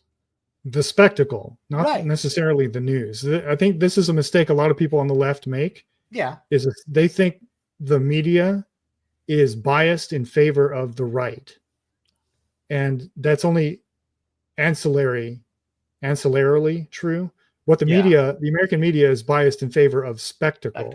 And the reason they cover the right so much so favorably is because the right is better at creating spectacle. Right. So on the left, you need to create spectacle, and then the media coverage will follow you. I do think we have seen the right financially co-opt the media so that it does favor the right. But I think these are both true. That like we have seen the finger put on the scale for the right, not for the spectacle of it, but for the benefit of the right. But also the media will always follow the spectacle. Sure. Now, the framing of the coverage. So they would cover it. Like if Maxwell Frost had gotten arrested outside of the Department of Education when that one skinny dude was standing outside blocking like 50 members of Congress or whatever. If those members of Congress had tried to force their way in and gotten tased by security, the media would frame it in a way that's sympathetic to at least large parts of the media, in a way that's sympathetic to the right. But the point is they would still cover it. They'd still cover it. They would put it on blast, and far more people would see it. And a lot of people, all they would see, like on TikTok or whatever replaces TikTok, or Instagram Reels or whatever, would be short clips made by activists saying, look, members of Congress were just beaten up by Trump's goons. Right. By Trump's SS, right? Like, here's his brown shirts. Yeah. So we have to understand, and the Democrats importantly have to understand, that the media bias in favor of spectacle is a tool they can exploit. Right. And they need to stop they need to cleanse their brain of liberal democracy brainworms. Right? Liberal democracy is great in a lot of ways, but one of its bugs is that it trains people to think that laws and court rulings are kind of just magic. Right. And are not just things we have all agreed upon. And as soon as one side decides that these words are just words and don't have any like real power, the game is over. The game's over, because there's no. Yeah, we have to play a different game, because there's no amount of court rulings that can be leveled against the Trump administration that will make the Trump administration stop. If the Trump administration decides that they just don't care what the courts have to say.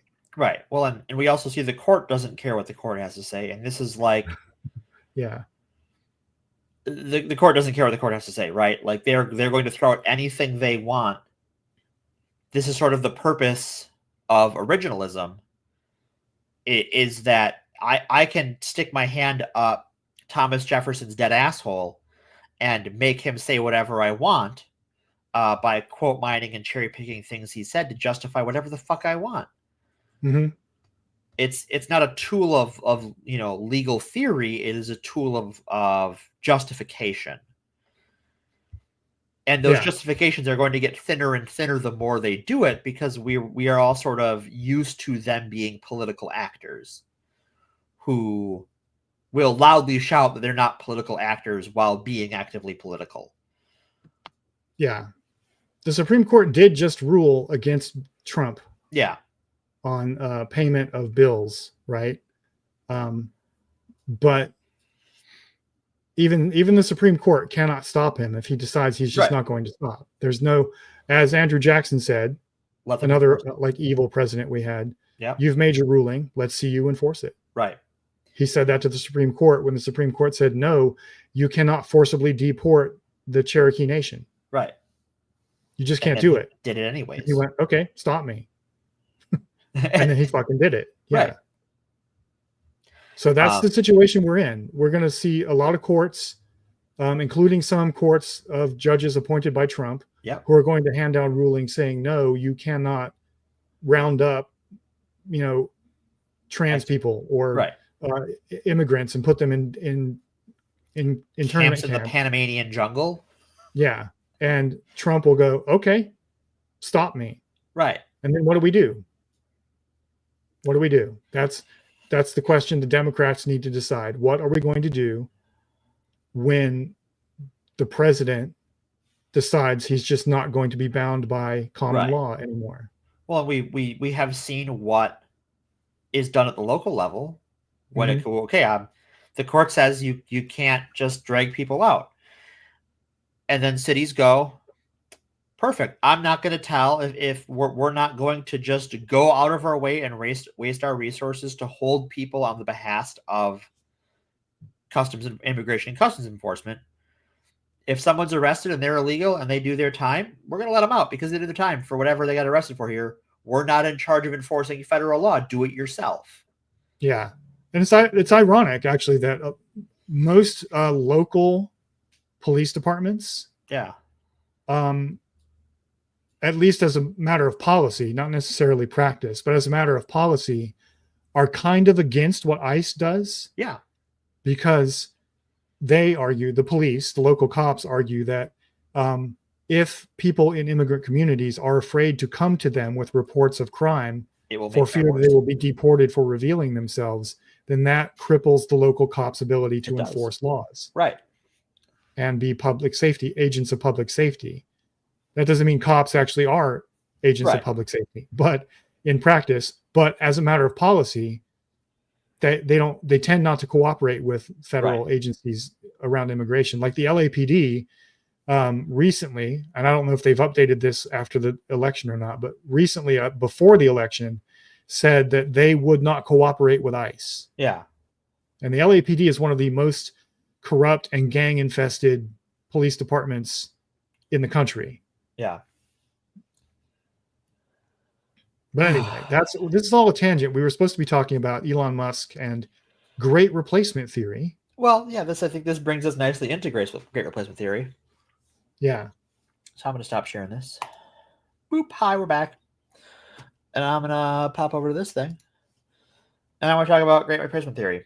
Great replacement theory. And first off, it is not a theory. It is not even a hypothesis. It is a paranoid delusion. Mm-hmm. Wherein you, as a white person, for whatever white means this century, believe that through some mechanism, someone or someone's is trying to replace you with another group of people who are not defined as white this century, and just slowly wipe you out, I guess. Yeah. And the context in which Elon Musk mentioned this, mm-hmm. Like the stuff he said about empathy that we just talked about a few minutes ago, came after him telling Joe Rogan that the Democratic Party is basically what he said was the Democrats and Democratic run cities are bringing illegal aliens. That's his word. I would not use that in my own self, but he's saying they're bringing in undocumented people into their cities to replace white voters because obviously brown people are more obedient and will just vote for Democrats, So he's saying they're bringing in undocumented people and having them vote illegally to keep the Democrats in power. Do you know what I find funny about that? Right, Joe. Here's what I find funny about that. We just had several million people vote for a white guy who they voted for because he's a white guy who promised them things, who are going to be replaced by machines to do their jobs. The replacement going on is coming from the Republican Party. They want to replace you. They actually want to replace you with cheaper labor. And what that means is people who are not from America. That means migrant labor. That means overseas sweatshop labor. That means automation. That means these broken machine learning applications. Children. They want to make children bring back child labor. They want to bring back child labor. They have remade child labor laws in this country. Uh-oh. Make sure to like and subscribe, everyone. Uh-oh. Uh-oh. I detect another Bob. Hold I'm on. getting that like that Highlander quickening feeling. There can be only one. He's in the area, and you can see my sword back there, right? I can, yeah. I am ready to behead my challengers. Uh-oh. So we have the Bob off. Yeah. Lucifer writing, yes, AI, for lack of a better term, can pick crops. That's what robots do. That's what robots do. Yeah. That's we already have robots picking crops. Right. That's actually much easier than these large language models. Making a robot pick crops is surprisingly easy. Yeah. Comparatively. The hard part is actually making the machine articulate enough to pick the crops without destroying them. But for a lot of crops, we already do that. The future is now, sadly. Yeah, so, but great replacement theory is not a new phenomena. It's takes its origin from a 19th century theory that was discredited at the time in the definitely not racist 19th century, called white extinction. And I'm going to share my my screen here so you all can see what I see. Boop boop boop boop boop. Oh, let's ruin our algorithm. Oh, I fucked it up. Add to stage. Oh gods, I'm really good at this, folks. There we are. Hi, I made it work. Yeah, I want to pull this up because this is an important topic. Jung56 says whiteness isn't real. That is 100% correct. Whiteness is a social construct. And not even in the way, I mean, kind of in the way money is a social construct, but less so than soccer. There are more rules to soccer than there are whiteness. And to pull this one up, RXVN asks, wasn't this just a Nazi theory? No. No. This predates Nazis. Nazis were inspired by this shit. Yeah. So yeah, we're talking about the things that inspired Hitler. I'm gonna give this a little bit of a zippy zap and zoom it in. So this comes from the Southern Poverty Law Center, which is a great resource on hate groups. And people hate groups hate, and the people hate groups hate. The Bob fighting. Bob of the old way says there can only be one, and can't we agree to stop Bob on Bob violence? Look, I'm not the one that started it, but I will finish it. Oh, damn.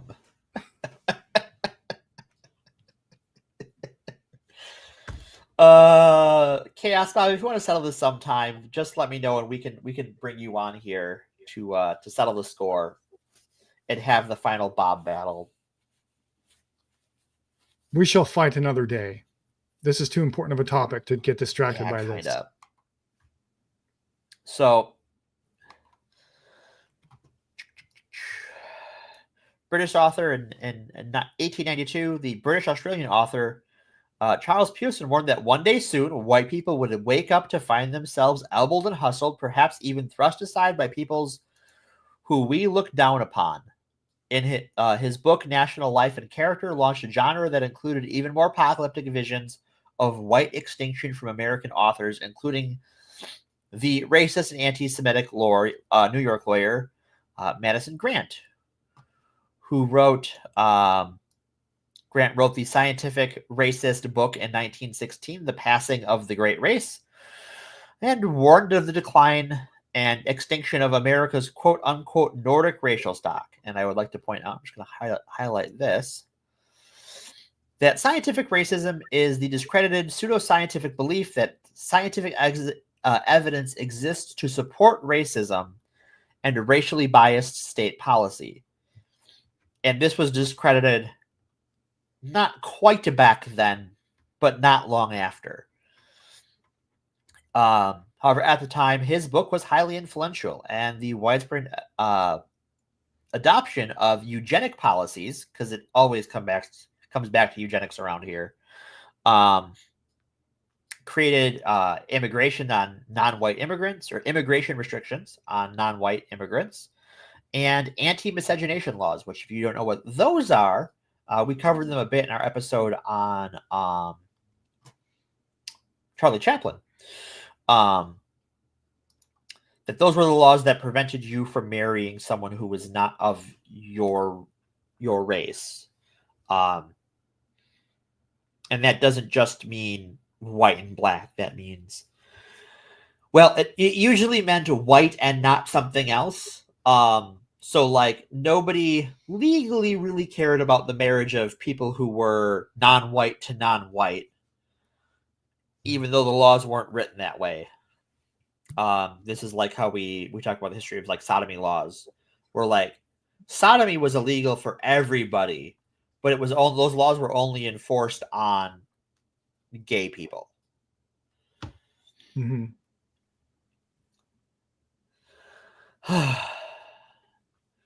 So yeah, this book is kind of one of the foundational pieces of white extinction theory, which has become the Great Replacement theory, because they think they're clever, and sadly, apparently they are, because people buy this shit. And yeah, as I'm sure none of you are surprised to find out, Grant's book influenced our buddy Hitler. And Nazis combined this lack of racial hygiene, as they saw it, with the advance of communism, and they tied that to Jewish plots based on a discredited propaganda piece put out by the Russian Empire under the Tsar. Yeah, the Protocols of the Elders of Zion. Yep. And cultural Bolshevism. Yep. So that's why whenever you hear modern conservatives, even in the fan space, modern chud channels, use the phrase cultural Marxism, what they're actually saying is the Jews. Right. That is in the echo very loudly, the Jews. A lot of them don't even know that. Like, it's I think more of them know that than let on. Yeah, I think so. I think by now, certainly.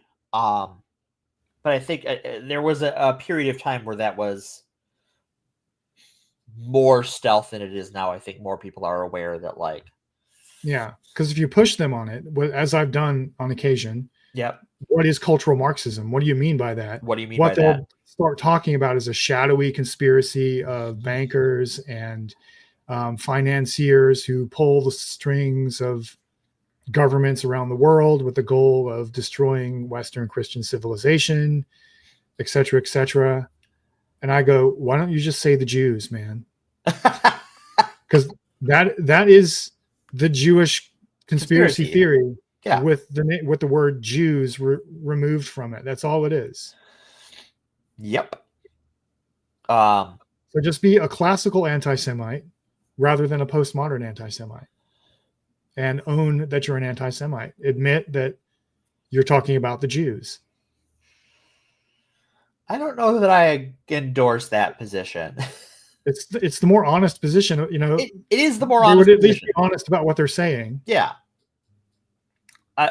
Unfortunately, I think that the people who use terms like cultural Marxism and know it's about the Jews don't want to say it's about the Jews. And the people who use it and don't know it's about the Jews really don't want it to be about the Jews. There's a lot of motivated reasoning that goes into that. But like, sure. Oh, no, it's not about the Jews. It's about this investment bank. Mm-hmm. This one. Which just happens to be run by Jews. Which just happens to be partially run by Jews, and that some Jews have, like, a Jew has a seat on the board or something. It's just like, come on. George Soros. Right. Anyone? I love when you get fucking any of these, you know, Joe Rogan types complaining about George Soros, like they don't have Elon Musk on. Like every accusation is a confession. Yeah. They are. There's a reason when conservatives complain about billionaires, or fandom like chuds complain about billionaires, there's a reason they single out George Soros. It's because George Soros is Jewish. Yeah. They don't single out Mark Cuban, who's probably maybe not more financially invested in democratic causes, but certainly more vocally. Yeah. And I can find plenty of things to complain about both of those gentlemen because they're billionaires, so fuck them. I don't like either of them. They have contributed to some awful things. George Soros and Ronald Reagan got along just swimmingly, as we covered in our Reagan episodes.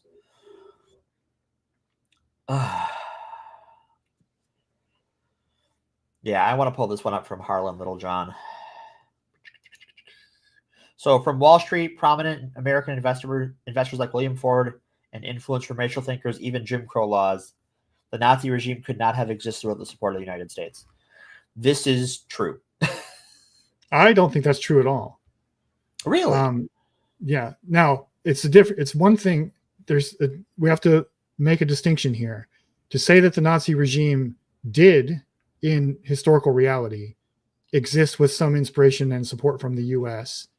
is not the same thing as saying that it could not have existed without the support. It absolutely could have. True, because it has existed before without the U.S. Yes, Nazism was deeply rooted in traditional European anti-Semitism that goes back thousands of years. Yeah, it depended on that baked-in prejudice in German society and like Western society in general is very anti-Semitic to flourish. So it absolutely, yes, it could have existed. And without.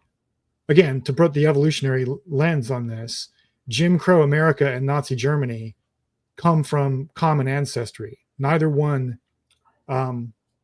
was dependent upon the other. They were related organisms who came from a common stock. Yeah. So whether Jim Crow ever existed in the U.S., Nazi Germany could still have existed. Yeah, I'll pull up their clarification. I meant that they couldn't have existed to the extent that they did. And yes, they could.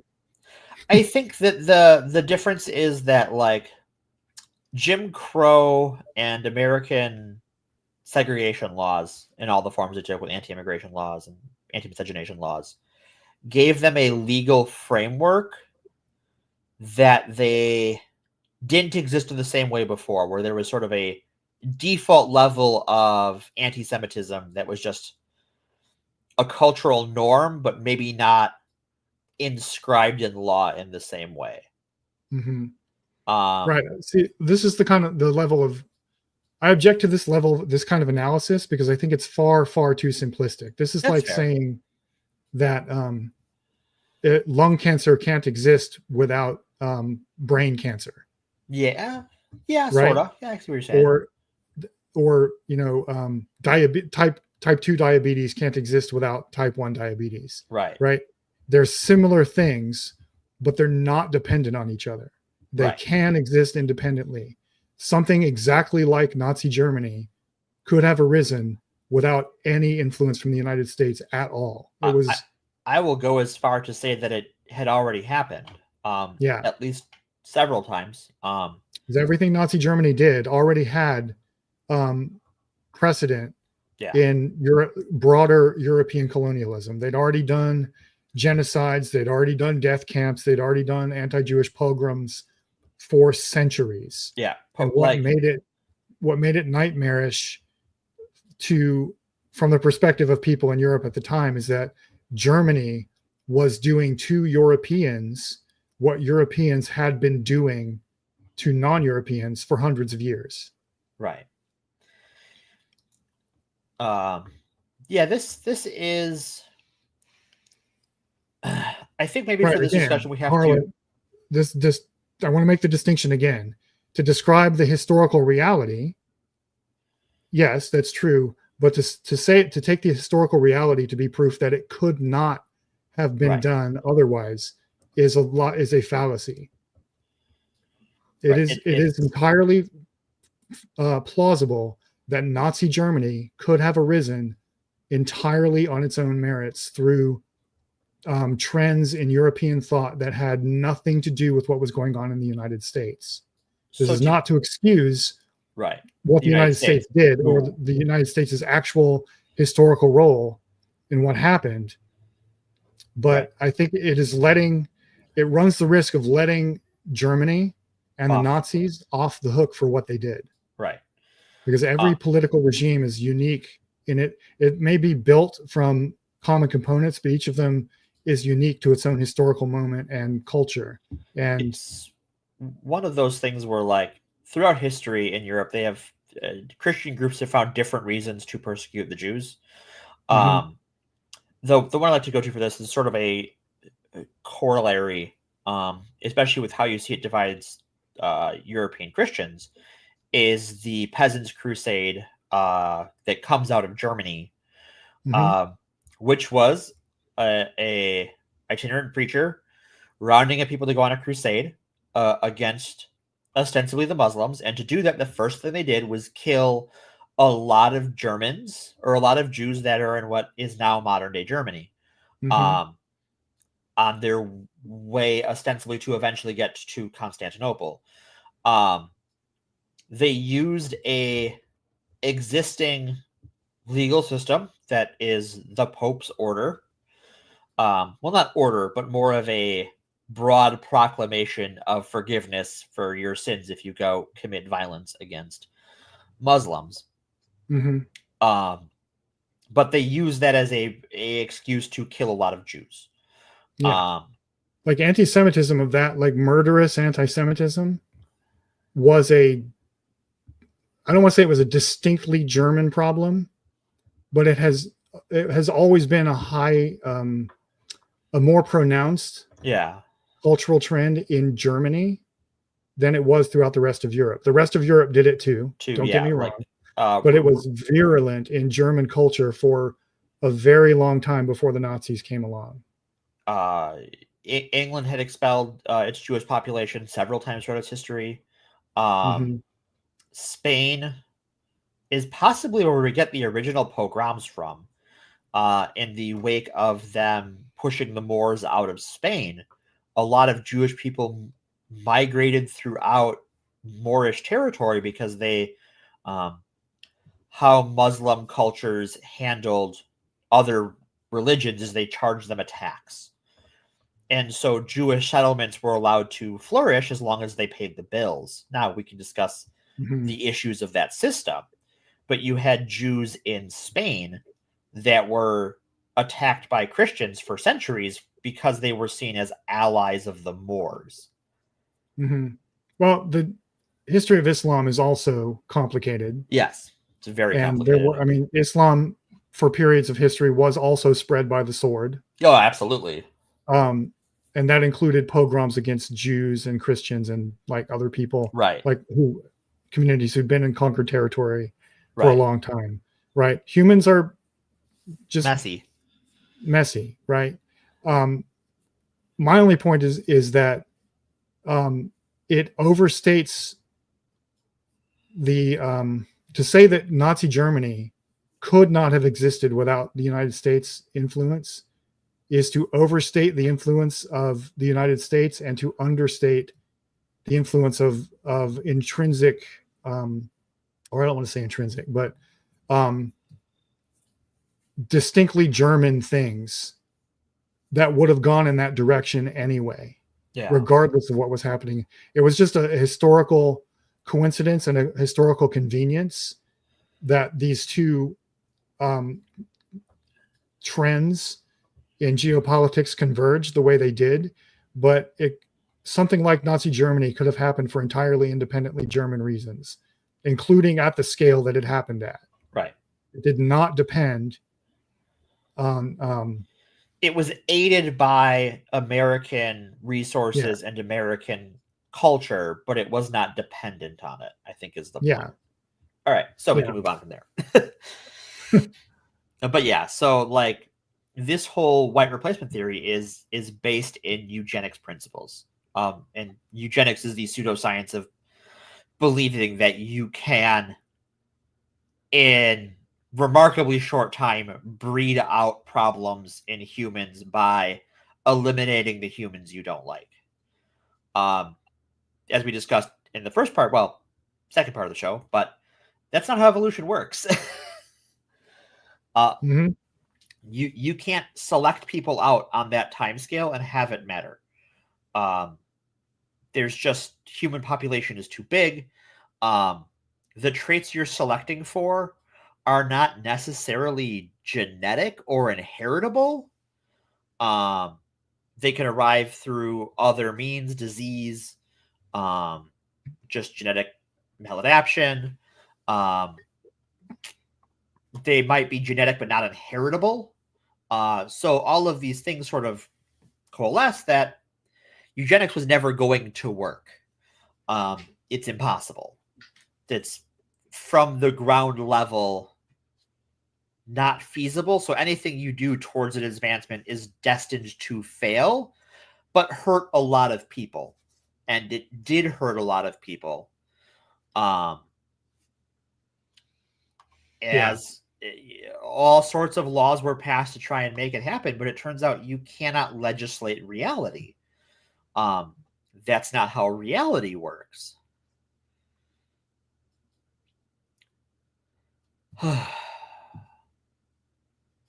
Yeah, worth noting that great replacement theory predates our understanding of genetics. Yeah. So by decades. Yeah. So it's not, despite what modern adherents will try to claim, it is not based on any understanding of genetics at all. It's based on a misunderstanding of selective breeding. Right.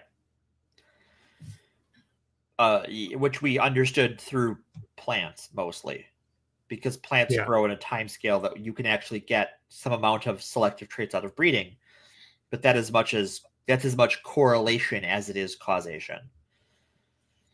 It's not understanding how it happens genetically. It's just understanding that occasionally, if you breed these plants close enough together, you will get X, Y, or Z trait sometimes. Well, it's Mendelian genetics, which is where that came from, is considered historically the discovery of genetics. It was happening, like Darwin came up with a theory, but he had no mechanism. Right. And Mendel discovered a mechanism, but he had no theory to explain why it was important. And people later on connected those two. Yeah. But we're still even before that connection was made. Yeah. And certainly not like in details how genetics works. Just like a broad surface level, we have discovered that traits are inheritable. But not down to that sort of, and even now we still struggle with exactly what inheritable traits are and what within DNA is the source of certain traits. Right. Because an inheritable trait in evolution does not have to be genetic. No. People get like in general, colloquially, people mix these things up all the time. Yeah. The word I was looking for was colloquially. If you grow up in an alcoholic environment, an environment where your parents are alcoholics, Right. And you become an alcoholic because of the bad parenting you received, that is an inherited trait. It does not have anything to do with your genetics necessarily. I mean, there may be a genetic predisposition for alcoholism in your family, but there does not have to be. Right. Like a trait that you picked up from your parents or some other, or from your society and have passed on through just through teaching it to other people, that is an inherited trait. It's not the same thing as a genetic trait. Right. A good example of this is swearing. Yeah. If your parents swear a lot, odds are your grandparents swore a lot. Odds are you swear a lot. That's not genetic. That's just how you were taught to speak. Right. You inherited it. You didn't inherit it genetically. And this is the sleight of hand that racists use to justify eugenics and to argue against like systemic solutions to problems like crime. Right.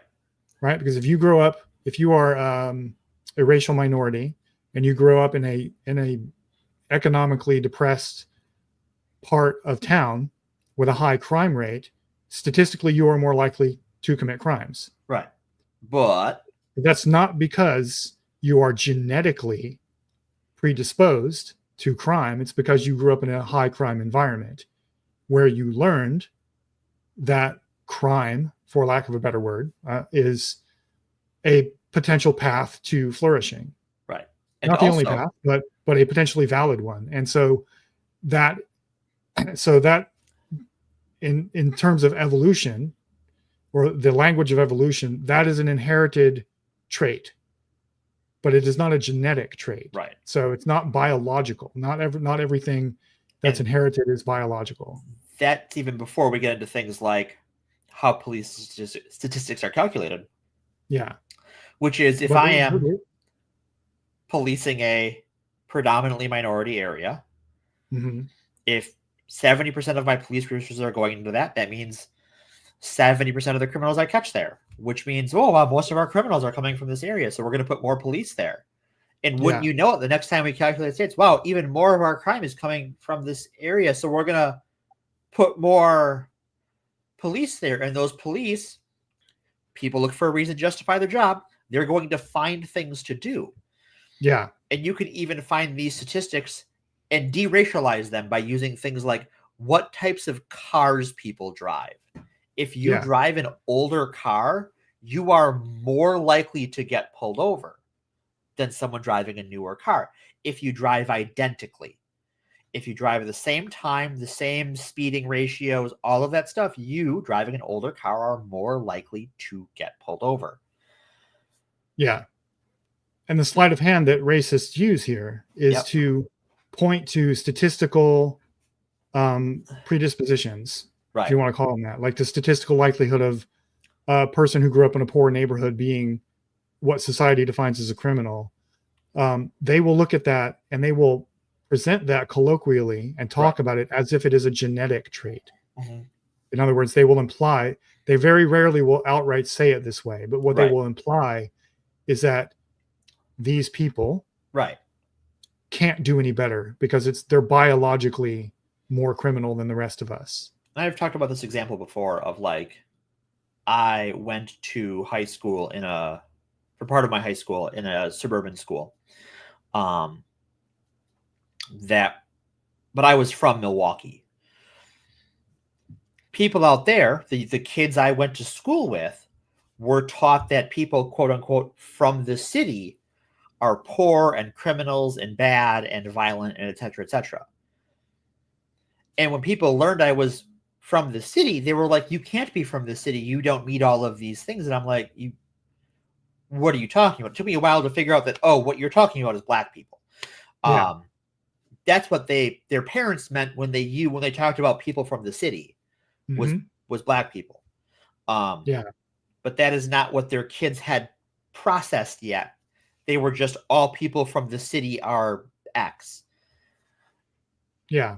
And it's worth noting there was a study that came out recently, I think it was a meta-analysis. I saw it mentioned on the Majority Report with Sam Cedar, so I'm sorry I don't have the clip reference right offhand, but it's a, I want to say, a Justice Department meta-analysis, some federal agency that looks at crime, a meta-analysis showing that neighborhoods composed of a majority of undocumented immigrants specifically, and of immigrants generally, have lower violent crime rates than the rest of the country, and always have. Yeah.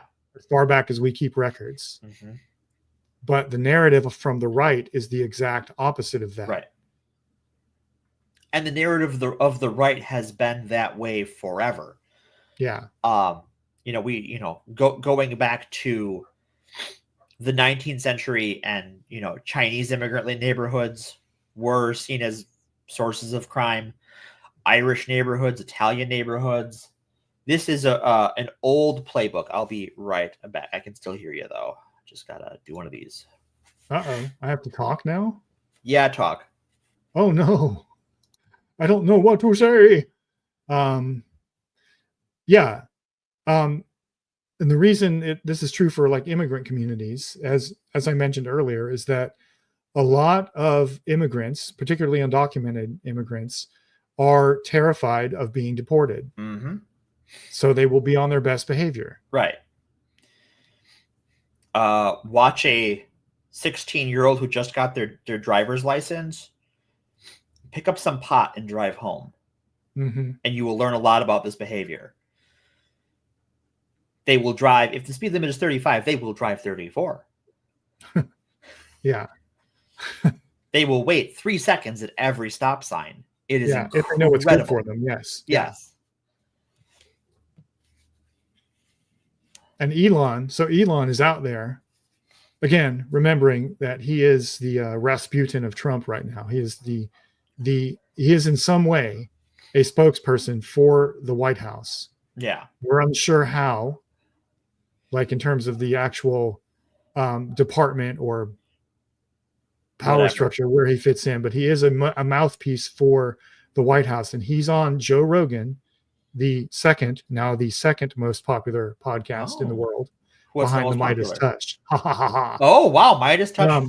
Whoa, look at you guys. That may have changed since last week, but as of like 2 weeks ago, Midas Touch was the most popular podcast. Anyway, Elon is on what is arguably the most popular podcast among white men in particular, spewing this nonsense about the great replacement theory and how the Democratic Party is bringing in undocumented migrants and giving them the power to vote and giving them social security numbers and letting them take government money and all that so that they will vote for Democrats, right? Because they are more obedient than white people.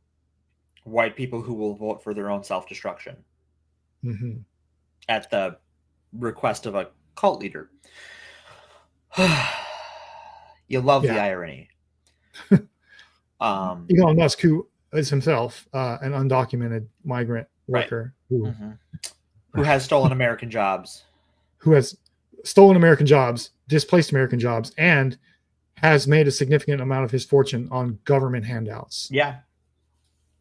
Yeah. So if you are the best welfare scammer on the planet, or in the country, I guess, if you are the number one, to borrow Ronald Reagan's racist term, welfare queen, if you're the most successful one of those in history, you will earn a undetectable fraction of what Elon Musk has earned on government cheese to do nothing new. Nothing Elon Musk has done, as much as SpaceX has wanted, nothing they have done is something NASA hasn't already done. Yeah. 20 years ago. Yeah. And Elon hasn't invented any of this. No. It is always worth reminding people that all Elon ever did was buy other people's companies. Yeah. And take credit for their discoveries. Like I think one of the conditions of him buying out Tesla was that they had to start calling him the inventor of the Tesla. Yeah. Even though he had nothing to do with it. I believe it was he had to be put on as the founder. I don't think he is. Oh. Yeah, he's not the founder of the company either. But calling him he was required to be called the founder as part of their buyout deal. And now he's also requiring people to call him, at least within the company, to give him credit for the invention. Mm-hmm. And no, there were electric cars before the Tesla. Yep. And the Tesla was not designed. He had no role in the design of the Tesla at all. It never has. It never has. Because we're several generations of Tesla electric vehicles now. And he has had design credits. I mean, he has done no designing, even if his name appears on the patent. Mm-hmm. He's not an automotive engineer. And neither am I. I don't know if he's not any kind of engineer, is he? He might be a software engineer. Okay. Because he is weirdly obsessed with payment systems. Yes, he loves his payments. Yeah. He wants to take over the payment system of the U.S. government and also wants to convert X into a payment system. Mm-hmm. Yeah, he wants to make X some kind of PayPal-esque non-bank. Yeah. And PayPal is already a regulatory nightmare, which is probably why he spent all this money to buy, the White House. Yeah. Yeah, it's what I wish more people would point out that most of the agencies Musk has gone after with Doge are ones where he has a direct financial interest. Like they're agencies that regulate things he has been doing. Right. Or who potentially would regulate things he wants to do with his company, or who have actually sanctioned him. Right, sanctioned him or in the process of sanctioning him for illegal activities. Yeah. Like USAID. Yep. Why did he pick that one out of a hat? That's a weird one to pick very specifically and publicly out of a hat. Turns out he was up to some nonsense in Ukraine. Mm-hmm. And they were looking into it. Yeah. That's it. FAA was on his ass about a bunch of fuck-ups with SpaceX and launches because it turns out when you blow up a rocket in the air, that's really disruptive to all of our air traffic. Yep. And very dangerous for our air traffic because shit exploding at high speeds travels far, it turns out. And there's a lot of planes in the air. And he's already been sanctioned by the FAA several times for that, especially for launches that the FAA said there was a no-go on because of things like weather conditions. And so they sanctioned him, and now they're taking apart the FAA, which has not stopped his rockets from exploding midair. We just had one explode midair earlier this week. Let me pull this up. Lucifer asked if we saw the clip of debris nearly hitting that plane. It wasn't quite nearly, but it was very close. I will pull it up because I think that is demonstrative. Mm-hmm. Well, what air traffic, what aviation considers a near miss is, and what the common person would consider a near miss are different related. things. Yeah, they're different things. Because I've seen reports of things being a near miss that when I read about it, described something that was like a mile away. Right. But that's very close at those speeds. Yes, at those speeds, that's very, very close. But I think when you use the term near miss, colloquially, most people picture something, like zooming right past the windshield of the airplane or something. And yeah. Let's see. All right, that's from the ground. I know I've seen the one for the footage is from inside a plane. Ooh, Bill Hunn just made an interesting comment in the chat. I'll pull that up for you. Go ahead and read that one off. Yeah, the migrations of Indo-Europeans can also be considered the great replacement of the languages of Europe, Asia, and the Americas. It's worth, yeah, I agree. It's worth noting that a lot of these categories that racists use to describe things, like they'll use the term Indo-European or Celtic or Germanic, are references Nordic. to, there's a references to language families, not to races of people. Like a person who is genetically, say, African, who grows up in a country like France, where that speaks an Indo-European language, is Indo-European. Doesn't matter what color their skin is or where their parents came from. If you grow up speaking and thinking in that language, you are a member of that group. Yeah, language has such a huge role in how we think. Huge. And we've talked about this on the show, that like one of the things that goes on with the right is they deny you the language to describe your problems, especially when it comes to like a lot of the child sex abuse scandals. Those very insular communities, you have no one to go to and no words for it, so it's hard to tell anyone what the hell is wrong. Yeah. I have this argument a lot with my Lord of the Rings content. Not that I want to bring everything back to the Lord of the Rings, but that's a lie. When I was first making my videos about Rings of Power, I would get a lot of people in the comments saying, well, Tolkien was writing like a European myth. He was drawing from Celtic and Germanic mythology, so you can't have black people in the show.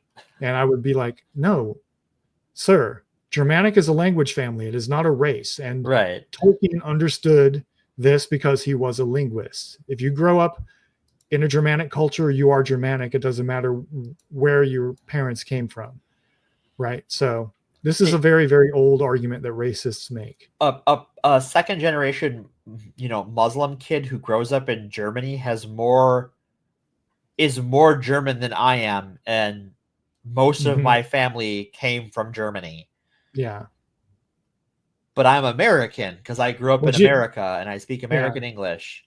Geographically, they're more German. I would agree. But I think like what I mean is linguistically, like your mind. If you think and speak a Germanic language, if that is your default, which it might be for the hypothetical person you described, I don't know, but then you are Germanic, right?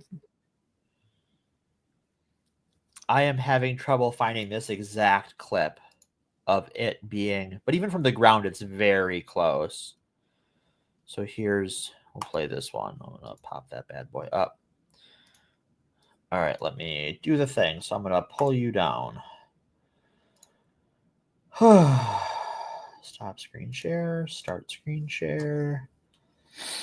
SpaceX exploding. All right, yay. We're going to pop this bad boy on. And the joys of live streaming. Yeah. We're balling. Yeah, unmute it. SpaceX test flight. Here's some video. Explodes mid-flight, and it lit up the skies. This is over the Bahamas and Florida. You can see all that space debris. This is the actual explosion. The space technology company was stress testing its massive rocket system, but lost contact with the spacecraft shortly after liftoff. Falling debris from the failed Starship launch created streaks of light.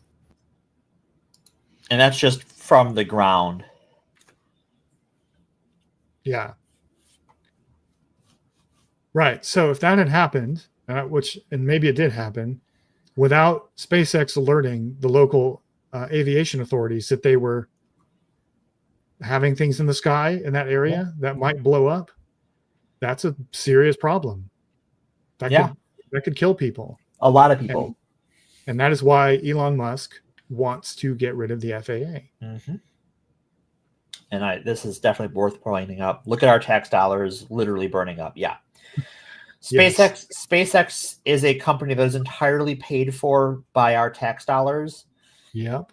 And they charge more than it costs them to run that. And some assholes take a cut of that. Mm-hmm. Where instead we could just have a public space company or space administration, some, NASA kind of organization that could do that, but without a profit motive. and just a purely scientific one. I wonder if we ever did anything like that. It sounds like a really good idea. Someone should try that. I bet they could go to the moon. Yeah, multiple times. Multiple times. Enough that it was boring. Yeah. I want you all to think about that. There was a time in American history, we talk about like the fall of Western civilization. There was a time in American history where going to the moon was boring. Just think about that. And it happened quickly too, because there weren't that many moon missions. Like the first one, people went, "Ooh, oh wow, people on the moon!" And then like the very next one, literally, the very next Apollo 12, people were like, "Oh, we went to the moon. Okay, yeah, put on the game. I'd rather watch the game." Right. that like, and we can't do that anymore. Yeah. We have lost the ability as a nation state to just go to the moon whenever the fuck we want to. We could have been living in the for all mankind timeline, and instead we wound up with this one. Yeah, pass. Thank you. Yeah, it's and as far as like, the next thing we did space-wise was the International Space Station, but that's a project that has reached, was at the time it was created scheduled to wrap up in the 2030s, and now Musk wants to end that faster so he can make room for more space or Starlink satellites to give inefficient internet access to people for more than it costs at a substantial markup. When we could be doing more space science, because that's how we understand our universe. So much of what we have learned about the universe we live in has come from NASA, and privatizing space travel has dismantled that and made us dumber as a civilization. Yeah, because privatizing most things, is a bad move for civilization. It is, turns out. Like, just like think about. Trying to give a good example besides NASA, but NASA is such a vibrant example. But okay, here's a good one: the internet on which we are talking. That was created with public money, tax dollars, went into the creation of this ecosystem. And while it has, commercializing the internet has made it more accessible, as it has become commodified and corporatized, we all experience enshittification. It is made worse as a service to make it so that they can extract more wealth from us. There is no desire to innovate anymore. Yeah. Another good example would be almost any medical treatment. Yeah. All practically, in fact, I will just say all, because I don't know of any exceptions, but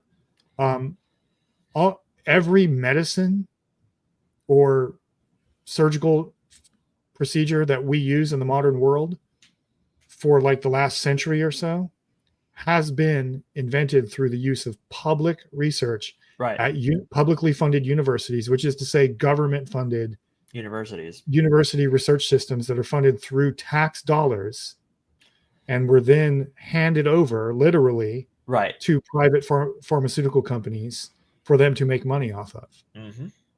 And they turn around and say that they have research and development that they need to pay for, but they're not doing the research. They may be like having their employees working on something with a research department at a university, but the research department and the research itself is funded through tax dollars, not through private investment. Or there will be something like a deal they have with a university system wherein they put an education or scholarship grant out, and then they get control of the patent when the research is done because they've helped pay for it. But just think of like mRNA vaccines are one of the greatest medical technologies ever invented, and already we're looking at advanced stages of cancer vaccine trials that could revolutionize human lifespan and human health. And it's being demonized by, these same sorts of people for this exact reason of like, well, we can't profit. We can't, how much of profit can we make off of it? Yeah. Vaccines generally are one of the greatest inventions. I would argue from the perspective of like human well-being. It's the greatest invention we've ever come up with. Ever. Yeah. It's single-handedly. It is the greatest production of the human societies. 100%. I cannot think of a greater one. And that includes things like electricity and agriculture. Like vaccines are so far, and we needed those things to get to vaccines in a lot of ways. Yeah. But the human lifespan before vaccines and the human lifespans after is night and day. Not just the lifespan, but the quality of life. Yeah. Because not everyone who gets a fatal disease is going to die from it. Right. But they can have their life ruined by it. Yeah. We're seeing that with COVID right now. Like when COVID hit, nobody knew what the long-term effects were going to be. It was new. But we're now learning that one of the long-term side effects of a COVID infection, at least some of them, is permanent organ damage. Yep. Right? Yeah. So getting vaccinated for COVID reduces your chances of lifelong organ damage. Mm-hmm. Even if you get a strain of COVID, because COVID's a virus that mutates. Yeah. Having gotten subsequent COVID vaccines, like if you've gotten a vaccine every year, if you get a new strain of COVID, it is less likely to cause permanent damage, or if it causes long-term damage, you are more likely to recover from it because you were vaccinated, because your immune system is ready, because your body is ready. And that's, well, I guess that option is going to be taken away from us thanks to Robert Kennedy. Yeah. So.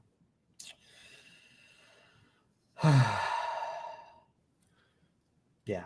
So, and that's a good point Harlan Littlejohn made there about basic research, right? Yeah. You'll see conservatives complain a lot. They'll scornfully say, "Oh, why do we need to spend money studying lizard spit or cow farts?" This is why. And this is why, right here, because that is where innovations come from, and you never know what you're going to discover. Yeah. Like nobody knew that Ozempic was going to be discovered. Nobody knew that Viagra was going to come out, because Viagra wasn't like what they were trying to invent. No, they were trying to make a medication for people with heart disease. Yeah.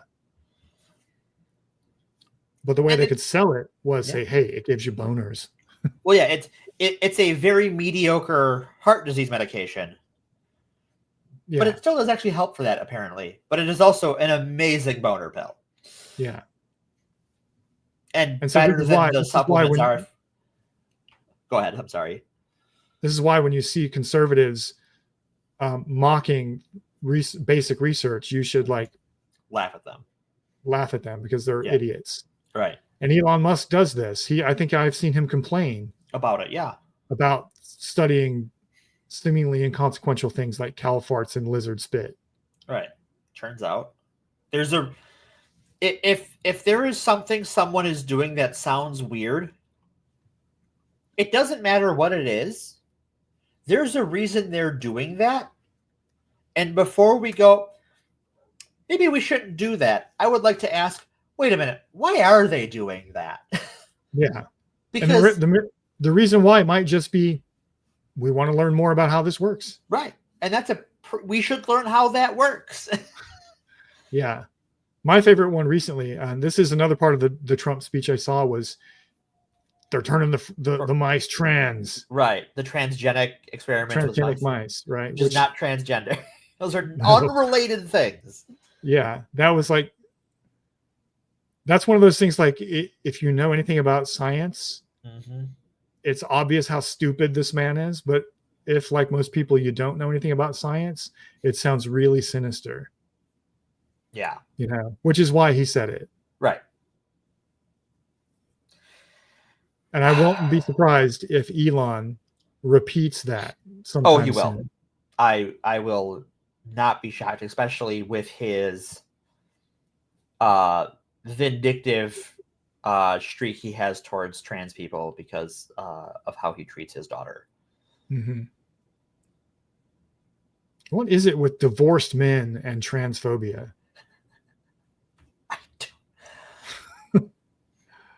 Well, okay. You have thoughts? I have thoughts. I have thoughts on this. Because my question was rhetorical, but go ahead. I actually have thoughts on this. Okay. In our culture, we put a lot of stock on men, like a symbol of success for men in society is to be married to a woman. Our society doesn't really think much of gay people in general. Gay like a gay man being married to a man it does not have the same cultural cachet that a straight man has being married to a woman. Sure. That's just unfortunately how things are. If you're a divorced man, either you will see yourself or you will be treated, or both, as a failure. You have failed as a man because you got the thing, right? You had the symbol of success. You were married. You did it. Now you don't have that. You lost it. And you are miserable because getting divorced, even if you need to do it, getting divorced fucking sucks. It is a hard, painful legal process that I can still hear you, by the way. I just have to step away and take care of something. Sure. Go ahead and give Dane his orders. So now there's a group of people who you are told are men or were men, and they do not value that at all. If they do get married, it means something different to them because they aren't playing by the rules you were told. And worst of all, they're happier than you. They have no desire to be a man TM with a wife TM. They might have a wife. They might have a husband. They might have neither. They might be polyamorous. Who fucking cares? But their definition of happiness and success isn't yours. And worst of all, it's working for them. And even worse than that, there are all these things that are placed upon them by society as a restriction, as a hindrance, bigotry, systemic issues that they just seemingly deal with. They don't. It sucks. Dealing with it sucks. But they do it anyways. And you can't even do that. You had it and you lost it. You won the game and then lost it after the fact. And this person isn't playing your game and won anyways. And that's, I think, a big part of it is that it's this like you lost what you saw as success and became ungrounded, and someone whose definition of success doesn't match yours is in some ways anathema to yours, and they're happy and successful anyways. How dare they? And I say this as like when I got married, I largely thought I was a dude. I thought I was bad at being a guy, but I still thought I was a guy. But I didn't see getting married as some sort of end game that I was working towards, because before we started dating, I didn't want to get married. It was just a conclusion we came to that we wanted to be together for the rest of our lives, and that there are legal advantages to getting married. So may as well do that because we're in this for the long haul anyways. But the legal marriage was just that to us, a pathway to resources and benefits for us to take advantage of, not some end goal. It was a means, not an end. Yeah. And now I'm happily gay married. It's great. Same person. Well, we're happy for you. Thank you. They made me coffee. This is them. They brought this to me. They're great. Well, thank you, Morgan's spouse. Yes. So is there anything more to say about great replacement theory that you haven't said? It's a paranoid delusion based on pseudoscience that was debunked about a century ago. Yeah. And only racists believe it's true. Only racists believe it's true. If you're not a racist, this is a great test if, like, you're a racist. Because I think a lot of people who are racist don't think they're racist. And that's fine. Self-reflection is hard. Ask yourself, person who goes, I'm not a racist, do I believe that the Democrats are replacing white people with migrants from the global south? If you believe that, you're a racist. Yep. If finding out you're a racist bothers you, you should probably figure out why you believe that Democrats are replacing you with people from the global south, despite no evidence to that happening. This extends to the same principle extends, I think, into fandom spaces, which nominally our channels are all about. Yeah. Because the paranoia over forced diversity, as they used to call it, is just great replacement theory extended into narrative storytelling. Like, right. If you see or you are someone who believes that having people of color characters or queer characters in your Star Wars is a bad thing, I'm sorry to break this to you, but you are a racist. Sorry. If you believe. Yeah. And here is the silver lining for you. If you hear that and you go, what do? I'm not a racist. I don't want to be a racist. You can change that. You can stop believing that right now. And trust me, because I know people who believe that and stopped believing that, they are in such better places in their life. They're so much happier now that they've stopped believing that. Once they realized it was bullshit and they moved on with their lives, they got to live again. They got to enjoy things again. Yeah. If you see a Star Wars show or a Lord of the Rings show or any other franchise show or movie that you think is bad, and you see that there are a higher than usual number of Black people in it or queer people in it, those two things are not related to each other. It is never, I'll say this categorically, it is never bad because it has Black people in it or queer people in it. That is never the reason that something is bad. If you think a piece of media is bad, you need to look beyond casting or just look beyond casting. Start there. Here's honestly the first place to look for it, especially like when we're talking about a multimedia franchise. We're talking about something that's more than just some asshole's fan fiction or whatever, some one-off book. If we're talking about a Star Wars, a comic book, whatever, the person you need to look to as to why something is bad is management. If we're talking about video games or movies, it's the publisher. It's not the person acting the queer character or the Black writer they brought on to do some dialogue for this video game, or the native sensitivity reader they brought on to make sure that like these indigenous characters in a show behave like indigenous people do. It's not those people. It's management. It's producers. It's publishers. Yeah. Oh, go ahead. Excuse me. Go ahead. It's you know that already. And I'll tell you how you know that already. Because all of these channels that complain about Star Wars, for instance, who do they drop it on the door of all the time? It's the through line. Is Kathleen Kennedy. Kathleen Kennedy is the head of, she's the president of Lucasfilm. You know who to blame. It's the person at the top.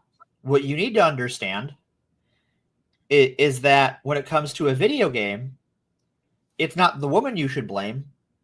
It's the person at the top. You just have to draw that line instead of this line. Right. That line instead of this line. Right. Kathleen Kennedy is responsible not because she's a woman, right, but because she's the boss. Right. It is the boss. The boss is the problem, whoever that is. Whoever that is. Right. It does not matter their race or skin color or sex or gender. They're the boss. I believe the phrase is the buck stops here. The buck stops there. You want to know who's responsible? Blame the boss. I would like to add a codicil, an amendment to your prescription on where to look first. I think where you should look, if you see like black people or queer people in your favorite media and that bothers you, the first place you should look is inward and ask, yes. Why does that bother me? Bother you? Yep. Because if that bothers you, you've got some work to do. Right. And channels who tell you that that is the problem are kind of manipulating you into leaning into your own accidental bigotry. Right. Right. Bigotry is always accidental the first time. Because the way it works is you don't realize you're doing it. Right.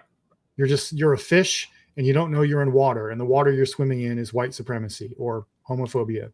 Right. Or whatever. It's just a habit of mind. Well, I think there's I think we've talked about this elsewhere and probably should do another episode on it entirely. Homophobia and racism and white supremacy are inherently linked. Yeah. For sure.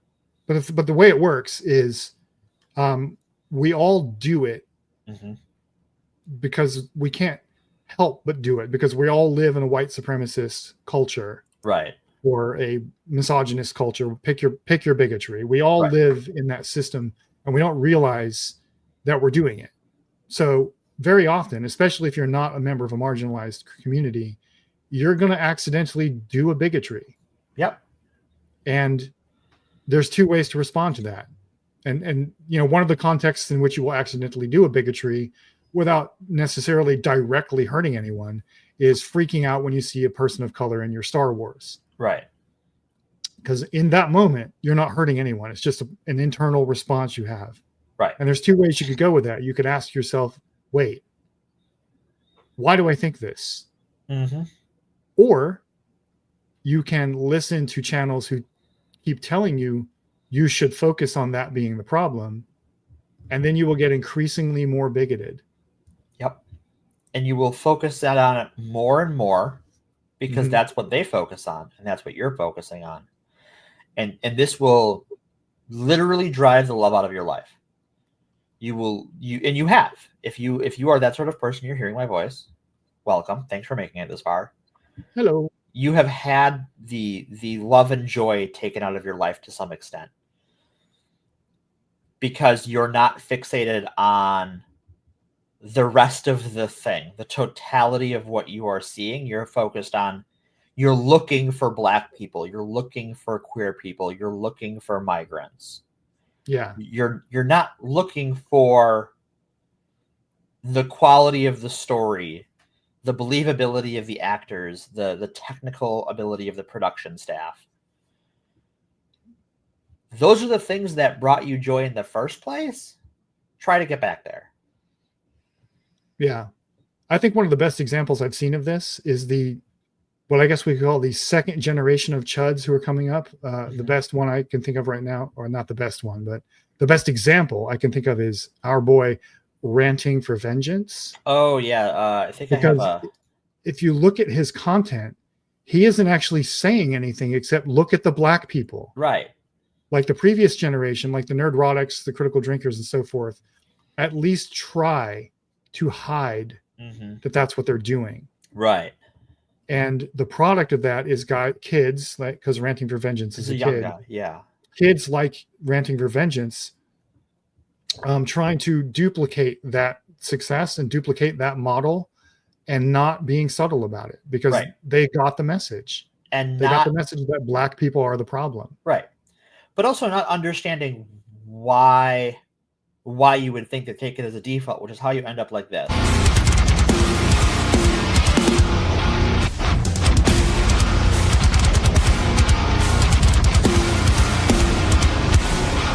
I swear, Dadgy, I'm not a flamer.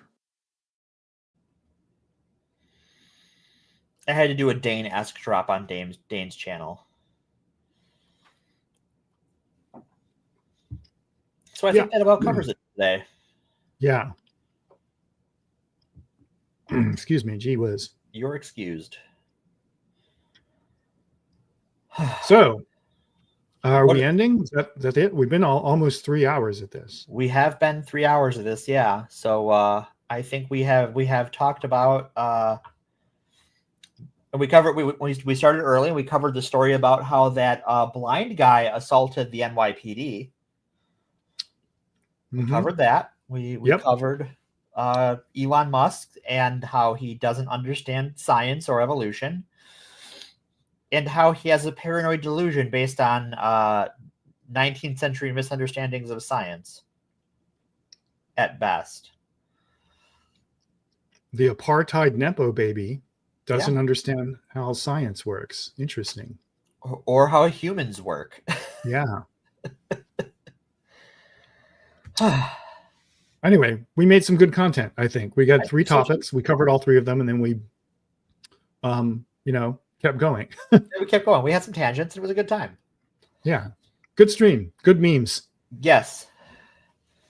Thank you all for what we joining didn't us. get was a fuck off Hitler drop, though. We did not. Oh, wait. Hold on. Ladies and gentlemen. One more thing. Very important message. Fuck off, Hitler. You love to see it. Love to see it. Yeah. You had that ready to go all this time and never used it. You said we were going to get a lot of use out of it today. I thought we were. The problem is we were talking and we don't have someone to do the drops. Hey, look, Dane's reporting in from the field. Oh. Fuck of Hitler. Oh, there. Fuck of Hitler. That's a great name for a metal band, I think. Or at least a metal album. The fuck of Hitler. The fucking has begun.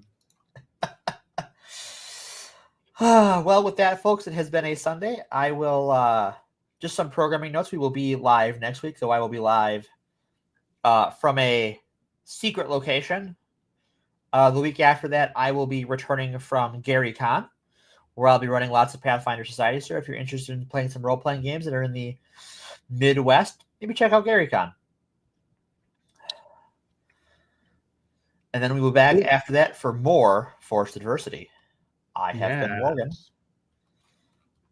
Also, subscribe to my channel. Yes. And to all of the other channels you see listed down on the doobly-doo. They all make great content. Even Bob Chaos.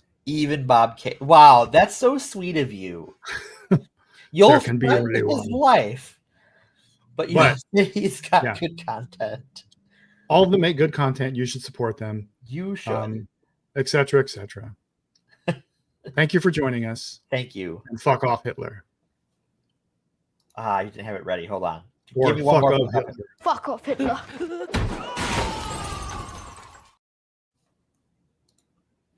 Fascism is the enemy of our time. You need to kind of accept that fact. That is the position of this channel.